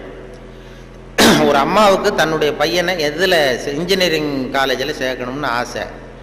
எந்த துறையில் சேர்க்கறது, சிவில் இன்ஜினியர் ஆக்கலாமா, மெக்கானிக்கல் இன்ஜினியர் ஆக்கலாமா, அதை வந்து அல்லது எலக்ட்ரிக்கல் இன்ஜினியர் ஆக்கலாமா அப்படின்னு ஒரு அம்மாவுக்கு ஆசை. அப்போ எல்லா துறையும் இருக்கீங்கன்னு அர்த்தம். இந்த பையனை எந்த துறையில் சேர்க்கறது அம்மாவுக்கு முடிவு பண்ண முடியல, அப்பாவாலையும் ஒன்றும் சொல்ல முடியல. உடனே இவர் என்ன பண்ணார், பையனை அழைச்சிட்டு ஒரு மனோதத்துவ டாக்டர்கிட்ட போனார். ஒரு உளவியல் டாக்டர்கிட்ட போய், சைக்கியாட்ரிஸ்ட், இது மாதிரி என்னம்மா விஷயம்னு கேட்டிருக்காரு அந்த டாக்டர். ஒன்றும் இல்லை சார், என் பையனை வந்து மேற்கொண்டு படிப்புக்கு சேர்க்கணும், இன்ஜினியரிங் காலேஜில் சேர்க்கணும். சிவில் இன்ஜினியர் தேவலாமா, மெக்கானிக்கல் இன்ஜினியரா, எலக்ட்ரிக்கல் இன்ஜினியரா, எது இவனுடைய சுபாவத்துக்கு தகுந்தாப்புல நீங்கள் வந்து ஒரு துறையை சொன்னீங்கன்னா அது ஈஸியாக இருக்கும் படிக்கிறதுக்கு. அதுதான் உங்களை மன ரீதியாக நீங்கள் ஆராய்ச்சி பண்ணி சொல்லுங்கன்னு அழைச்சிட்டு வந்துருக்கு. இது ஒன்றும் கஷ்டம் இல்லைம்மா, ஈஸியாக கண்டுபிடிச்சிடலாம் அப்படின்னு அந்த டாக்டர் உடனே அந்த பையனை கூப்பிட்டு, என்னப்பா நல்லா இருக்கே அப்படின்னு தட்டி கொடுத்தார். சின்ன பையன் பொடிய, இவனுடைய சுபாவம் என்னங்கிறத நான் ஈஸியாக கண்டுபிடிச்சி சொல்லிடுறேன், அதுக்கு தகுந்தாப்புல இப்போ இருந்தே சொல்லி கொடுத்து நீங்கள் பழக்கி கொண்டு வரலாம் அப்படின்னு சொல்லிட்டு ஒரு நர்ஸை கூப்பிட்டார். நர்ஸ்னு தான் அந்த அம்மா வந்தது. இந்த பாரு, இது மாதிரி ஒரு மேஜையில் ஒரு சுத்தியல் கொண்டு வந்து வை, ஒரு கொரடு கொண்டு வந்து வை, ஒரு ஸ்க்ரூ டிரைவரை கொண்டு வந்து வை. இந்த பையனை அப்படி கொண்டு வந்து விடுவோம். இவன் சுத்தியலை போய் தொட்டான்னு எடுத்தான்னா ஆசையாக ஏதாவது ஒன்று எடுப்பான். சுத்தியல் எடுத்தான்னா சிவில் இன்ஜினியருக்கு படிக்க வச்சுருவான், கொரடை எடுத்தான்னா மெக்கானிக்கல் இன்ஜினியருக்கு படிக்க வச்சுருவான், ஸ்க்ரூ டிரைவர் எடுத்தான்னா எலக்ட்ரிக்கல் இன்ஜினியர் படிக்க வச்சுருவோம். இது அவனுடைய சுபாவத்தை கண்டுபிடிக்கிறது சுலபமான வழி அப்படின்னு டாக்டர் சொல்லிட்டார். ரொம்ப ஈஸியாக அந்த நர்ஸு கொண்டு வந்து ஒரு கொரடு, ஒரு சுத்தியல், கொரடு, ஸ்க்ரூ டிரைவர் வச்சுட்டு அப்படி ஒதுங்கி நின்றுது. பையனை கொண்டு வந்து விட்டாங்க. பையன் என்ன பண்ணா, நேராக போய் அந்த நர்ஸை கட்டி பிடிச்சிக்கிட்டான்.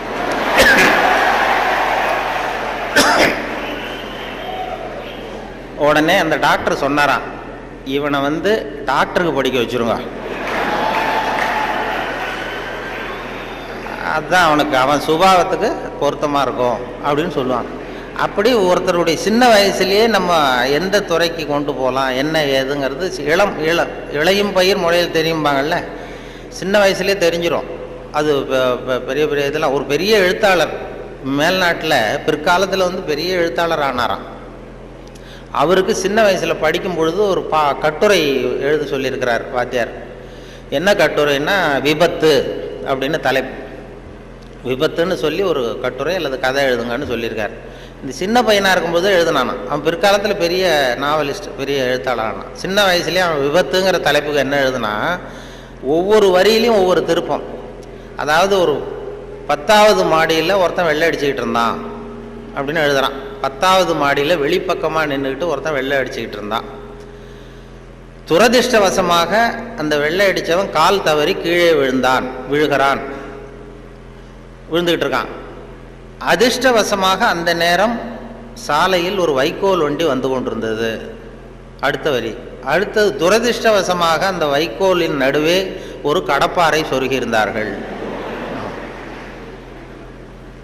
அதிர்ஷ்டவசமாக இவன் அந்த கடப்பாறையில் விழவில்லை.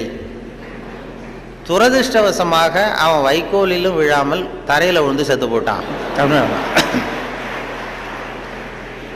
இந்த ஆள் இதை எழுதினவன் பிற்காலத்தில் பெரிய எழுத்தாளர் ஆகிட்டாரான். பெரிய இதாகி அப்படி வந்து சுபாவம் வந்து சின்ன வயசுலேயே தெரியும் யாரா இருக்கு என்ன அப்படின்னு சொல்லி. நமக்கெல்லாம் அது இந்த இப்போ நம்ம ஆசிரியர்களுக்கே சில சுபாவங்கள் உண்டு. அது உங்களுக்கெல்லாம் தெரிஞ்ச விஷயமா இருக்கும். ஒவ்வொரு அவங்கவுங்க துறை சம்மந்தப்பட்ட இதாக இருக்கும். அதாவது ஒரு 3 பேராசிரியர்கள் ஒரு ஊருக்கு போனாங்க. ஒரு பெரிய பல்கலைக்கழகத்தில் இது மாதிரி பேசுறதுக்கு 3 துறை பேராசிரியர்கள் போனாங்க. ஒரு உடற்பயிற்சி ஆசிரியர், ஒரு ஃபிசிக்ஸ் பேராசிரியர், ஒரு கணக்கு வாத்தியார், 3 பேரும் போனாங்க. கணித பேராசிரியர் இது மாதிரி ஒரு விழாவில் பேசி முடித்ததும் கொண்டு போய் கெஸ்ட் ஹவுஸில் 3 பேரையும் தங்க வச்சாங்க. நாளைக்கு மறுநாள் அவங்க ஊருக்கு போகணும். இது மாதிரி விழாவில் கலந்துக்கிட்டு முடிஞ்சதும் கணித பேராசிரியருக்கு ஒரு ரூம், இவருக்கு அந்த ஃபிசிக்ஸ் பேராசிரியருக்கு ஒரு ரூமு, உடற்பயிற்சி ஆசிரியருக்கு ஒரு ரூம் போட்டு கொடுத்தாச்சு. இது மேல்நாட்டில் நடந்தது. அதனால் என்னென்னா அவங்களுக்கு அந்த ஆகாரம்லாம் டப்பாவிலேயே வச்சுருக்குறாங்க. அந்த டப்பாவில் டின்னு ஃபுட்டுங்கிறாங்கல்ல, அது மாதிரி டின்னில் அடைச்சி அவங்க ரூமில் வேண்டிய ஆகாரமெல்லாம் வச்சு கொடுத்துட்டாங்க. கொடுத்து கொண்டு போய் விட்டு வந்துட்டாங்க. அந்த வந்துட்டு மறுநாள் காலையில் எழுந்திரிச்சார் இந்த ஆர்கனைசர். அப்போ தான் அவருக்கு அப்படியே பதறி போயிட்டார். ராத்திரி அந்த 3 பேராசிரியர்களுக்கும் 3 டப்பாவில் உணவு கொடுத்தோம், ஆகாரம். அது திறக்கிறதுக்கான கருவியை கொடுக்காம வந்துட்டோம். திறக்கிறதுக்கு ஒரு பொருள் அது இல்லாமல் கொடுத்தோம். எப்படி அவங்க டப்பாவை திறந்தாங்களா சாப்பிட்டாங்களா என்னன்னு தெரியல அப்படின்னு ஒரு பதறி போய் விடிஞ்சதும் ஓடுறாரு விழுந்தடிச்சு. இந்த வரவேற்ற ஓடி போய் முதல்ல அந்த உடற்பயிற்சி ஆசிரியர் கதவை திறந்தாரா, ரூமை திறந்தா அவர் நிம்மதியாக தூங்கிட்டு இருக்காரு. டப்பா திறந்து கிடக்கு, சாப்பிட்டுட்டு நிம்மதியாக தூங்கிட்டு இருக்காரு. உடனே இவர் போய் தட்டி எழுப்பி, எப்படி சார் அந்த டப்பாவை திறந்தீங்க, அந்த இதை கொடுக்கலையே நாங்கள் உங்களுக்கு அப்படின்னு. இது என்ன சார், உடல் பலம் தான் சார் முக்கியம், டப்பாவை பலம் ஓங்கி கீழே அடித்தேன் திறந்துட்டுது, அது என்ன பெரிய காரியம் அப்படின்னு சொல்லி உடற்பயிற்சி செஞ்சுட்டேன், அதனால சாப்பிட்டேன் இருக்கார். பரவாயில்ல சார் அப்படின்னு சொல்லி அடுத்த ரூமுக்கு ஓடி இருக்கார். அங்கே ஃபிசிக்ஸ் வாத்தியார் உட்காந்துருக்கார். அவரும் அதே மாதிரி நிம்மதியாக தூங்கியிருக்காரு. இது டப்பா திறந்து கிடக்கு. போய் திறந்து, எப்படி சார் திறந்தீங்க நீங்கள் டப்பாவை அப்படின்னா, அது என்ன சார், எந்த இடத்துல ப்ரெஷர் கொடுக்கணும்னு எனக்கு தெரியும், அந்த இடத்துல அழுத்தினா திறந்துட்டுது டப்பா, அது நமக்கு டெக்னிக்கு வந்தது தானே அப்படின்னு அந்த திறந்து சாப்பிட்டேன்ட்டார். இவர் அப்பாடா நிம்மதியாக போச்சு. அடுத்தது கணக்கு வாத்தியார் ரூமுக்கு ஓடினார். அங்கே போனால் அவர் தூங்கவும் இல்லை, டப்பாவும் திறக்கலை, மூடியே இருக்கு. என்ன பண்ணுறீங்க அப்படின்னு சொல்லி அந்த கணக்கு ஏதோ ஒரு எழுதிட்டு இருக்காரு பேப்பரில். கணக்கு வாத்தியார், என்ன சார் பண்ணிட்டு இருக்கீங்க அப்படின்னு கேட்டிருக்காரு. அவர் ஒன்றும் இல்லை, அஸ்யூம் தி டப்பா இஸ் ஓப்பன் அப்படின்னு சொல்லி மேற்கொண்டு கணக்கு போட்டுக்கிட்டு இருக்காரு சார் அப்படின்னாராம். இது ஒவ்வொருத்தருக்கும் ஒரு சுபாவங்கிறது அது இயல்பாக அமையிறது. ஆசிரியர்களுக்கு எல்லாருக்குமே அப்படி அமையிறது. என்னோட படித்தவர்கள் இன்னைக்கு பல பேர், ஒருத்தவங்க தான் ஒரு சின்ன வயசில் ஒரு பையன் ஜானகிராமன் ஒருத்தன் பக்கத்தில் என்ன பென்சிலாலேயே குத்திக்கிட்டு இருப்பான். இன்னைக்கு அவன் கும்பகோணத்தில் இன்றைக்கி பெரிய டாக்டர், எல்லாருக்கும் ஊசி போட்டுவிடுறான். அப்படி சின்ன வயசுலேயே சுபாவம், அவங்க யார் எப்படி வருவாங்க அப்படின்னு தெரியும். அவங்களுடைய அந்த படிக்கும் பொழுதே அந்த இது தெரியும். என்னோட படித்தவர்கள் நிறைய பேர் அது மாதிரி ஒவ்வொரு துறையில் வந்திருக்கிறாங்க. சில பேர் இந்த நான் சொன்னது மாதிரி மேல்நாட்டில் ஒரு பெரிய பிரபலமான வக்கீல். அந்த வக்கீல் சின்ன வயசு அவர்கிட்ட வாதாடுறதுக்கு எல்லாரும் பயப்படுவாங்களாம். அந்த வக்கீல் சின்ன வயசுல எப்படி இருந்தான் அப்படின்னு சொல்லி அவங்க அம்மா சொல்லியிருக்கிறாங்க ஒரு பேட்டியில். அவங்க இந்த பையன் இவன் சின்ன வயசுலேயே வருங்காலத்தில் பெரிய வக்கீல் ஆகிடுவான்னு எனக்கு தெரியும் அப்படின்னு சொல்லியிருக்கிறாங்க. என்ன பண்ணான்னா, அப்பா பேப்பர் படிச்சுட்டு உட்காந்துருக்காரு, அம்மா சமயக்கட்டில் இருக்கிறாங்க. இவன் பையன் அவன் ரூமில் இங்கே ஏதோ பண்ணிகிட்டு இருக்கான். ஒரு பூனை வீல்னு கத்திக்கிட்டு இருக்கு. அம்மா கதறிக்கிட்டு இருக்க ஒரு பூனை. உடனே அம்மாவுக்கு புரிஞ்சு போச்சு, டேய் அந்த பூனை வாழை பிடிச்சி இழுக்காதரா அப்படின்னு கத்திருக்கு அந்த அம்மா. பூனை வாழை பிடிச்சி இழுக்காதரன்னு. ஆமாம், இங்கேயும் சில பூனைகள் இருக்கு, அது வாழை யாரும் பிடிச்சி இழுத்துறாதீங்க. அது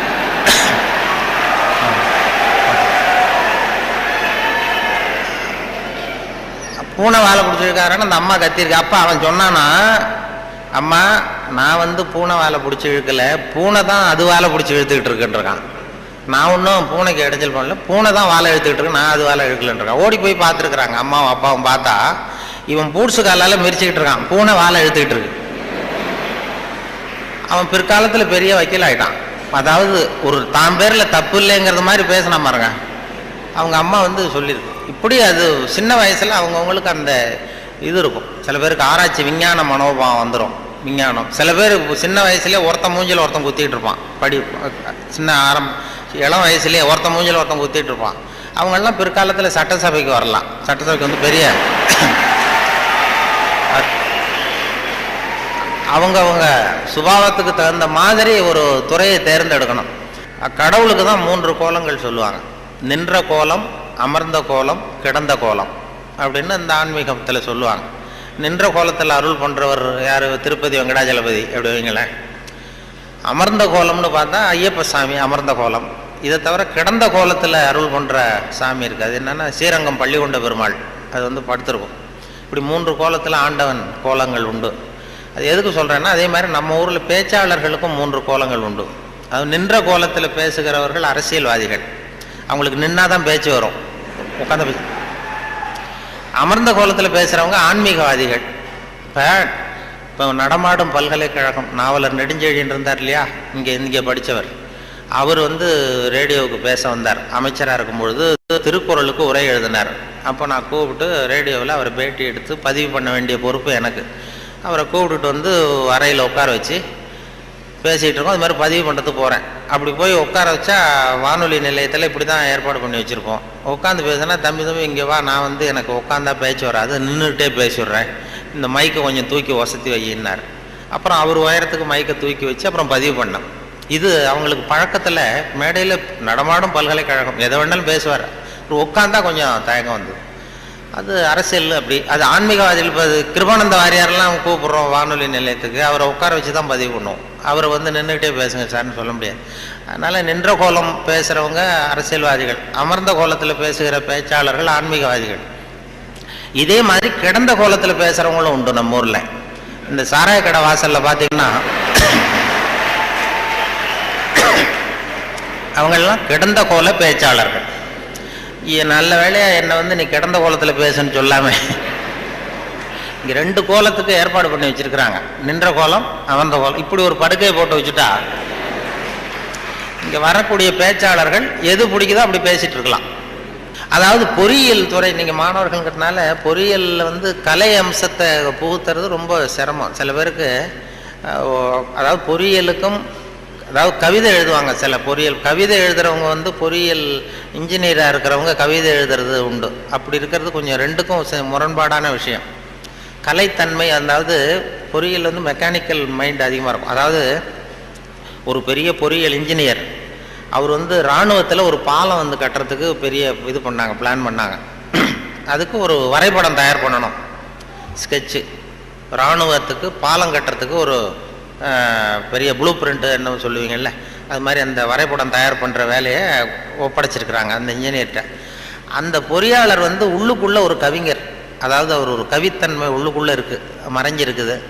அதனால் அவர் என்ன பண்ணார், அந்த பொறியியல் வரைபடம் போட்டார். பாலத்தை போட்டுட்டு ஒரு ஆறு ஓடுது, குறுக்க பாலம், அதனுடைய நீளம் அகலம் எல்லாம் கரெக்டாக போட்டார். போட்டு அந்த ஆறு ஓடிக்கிட்டு இருக்கு. அது ஓடி முடிகிற இடத்துல ஆற்று ஓரமாக ஒருத்தன், ஒரு சின்ன பையன் தூண்டில் போட்டுக்கிட்டு நிற்கிறான். அதை அவர் போட்டுருக்காரு ஒரு அழகுக்காக. சின்ன மூலையில் ஒரு தூண்டில் போட்டுட்டு ஒரு பையன் நிற்கிறான். இது இந்த பொறியியல் வரைபடத்தை கொண்டு போய் அதிகாரிகள்கிட்ட கொடுத்துருக்குறான். அவருக்கு கோபம் வந்துடுது. இது வந்து ஒரு பொறியியல் வரைபடம், இது வந்து இந்த வரைபடத்தில் போய் அந்த ஒரு ஓவியம் என்னத்துக்கு அப்படின்னு சொல்லி அவர் சத்தம் போட்டிருக்காரு மேலே உள்ளவர். அதனால் என்ன பண்ணியிருக்காரா, முதல்ல வந்து முதல் தடவையாக கொடுக்கும்பொழுது அந்த பாலத்து மேலே நின்றுக்கிட்டு தூண்டில் போடுறது மாதிரி படம். இந்த பாலத்தில் எதுக்கு அவன் நிற்கிறான்னு சொல்லி சண்டை போட்டிருக்காரு. உடனே அவர் சரி சார் நான் இதை மாற்றிடுறேன்னு சொல்லி இவர் மாற்றி 2வது தடவை படம் போடும்போது பாலத்தில் நிற்கக்கூடாது, பாலத்தில் இடைஞ்சல் இருக்கக்கூடாது, அவ்வளோதானே. பாலத்தை சரியாக போட்டு மூலையில் கொண்டு போய் தூண்டில் போட்டு நிற்கிறான். மறுபடியும் கூப்பிட்டு அந்த அவன் படமே இருக்கக்கூடாது, இந்த இதில் இந்த வரைபடம் மட்டும்தான் இருக்கணும், போடுன்னார். உடனே இவன் வந்து பாலம் போட்டான். 6 பாலம் சரியாக போட்டுட்டு இந்த மூலையில் பார்த்தா அவன் நிற்கிற இடத்துல அவன் இல்லை. அந்த இடத்துல சின்ன ஒரு கல்லறை, இந்த சிறுவன் இங்கே புதைக்கப்பட்டிருக்கிறான் அப்படின்னு எழுதிட்டான். அதாவது அந்த உள்ளுக்குள்ள இருக்கிற அந்த கவிஞனை ஒன்றும் பண்ண முடியாது. சில பொறியியல் படிக்கிற மாணவர்கள் நீங்கள் நிறைய பேர் கவிதை எழுதலாம், அது எப்படியாவது வெளியில் வந்துக்கிட்டு தான் இருக்கும். அது பியூரா அந்த வரைபடத்தில் கூட அவனை மறைக்க முடியல பாருங்க, அப்படி இருக்கும்.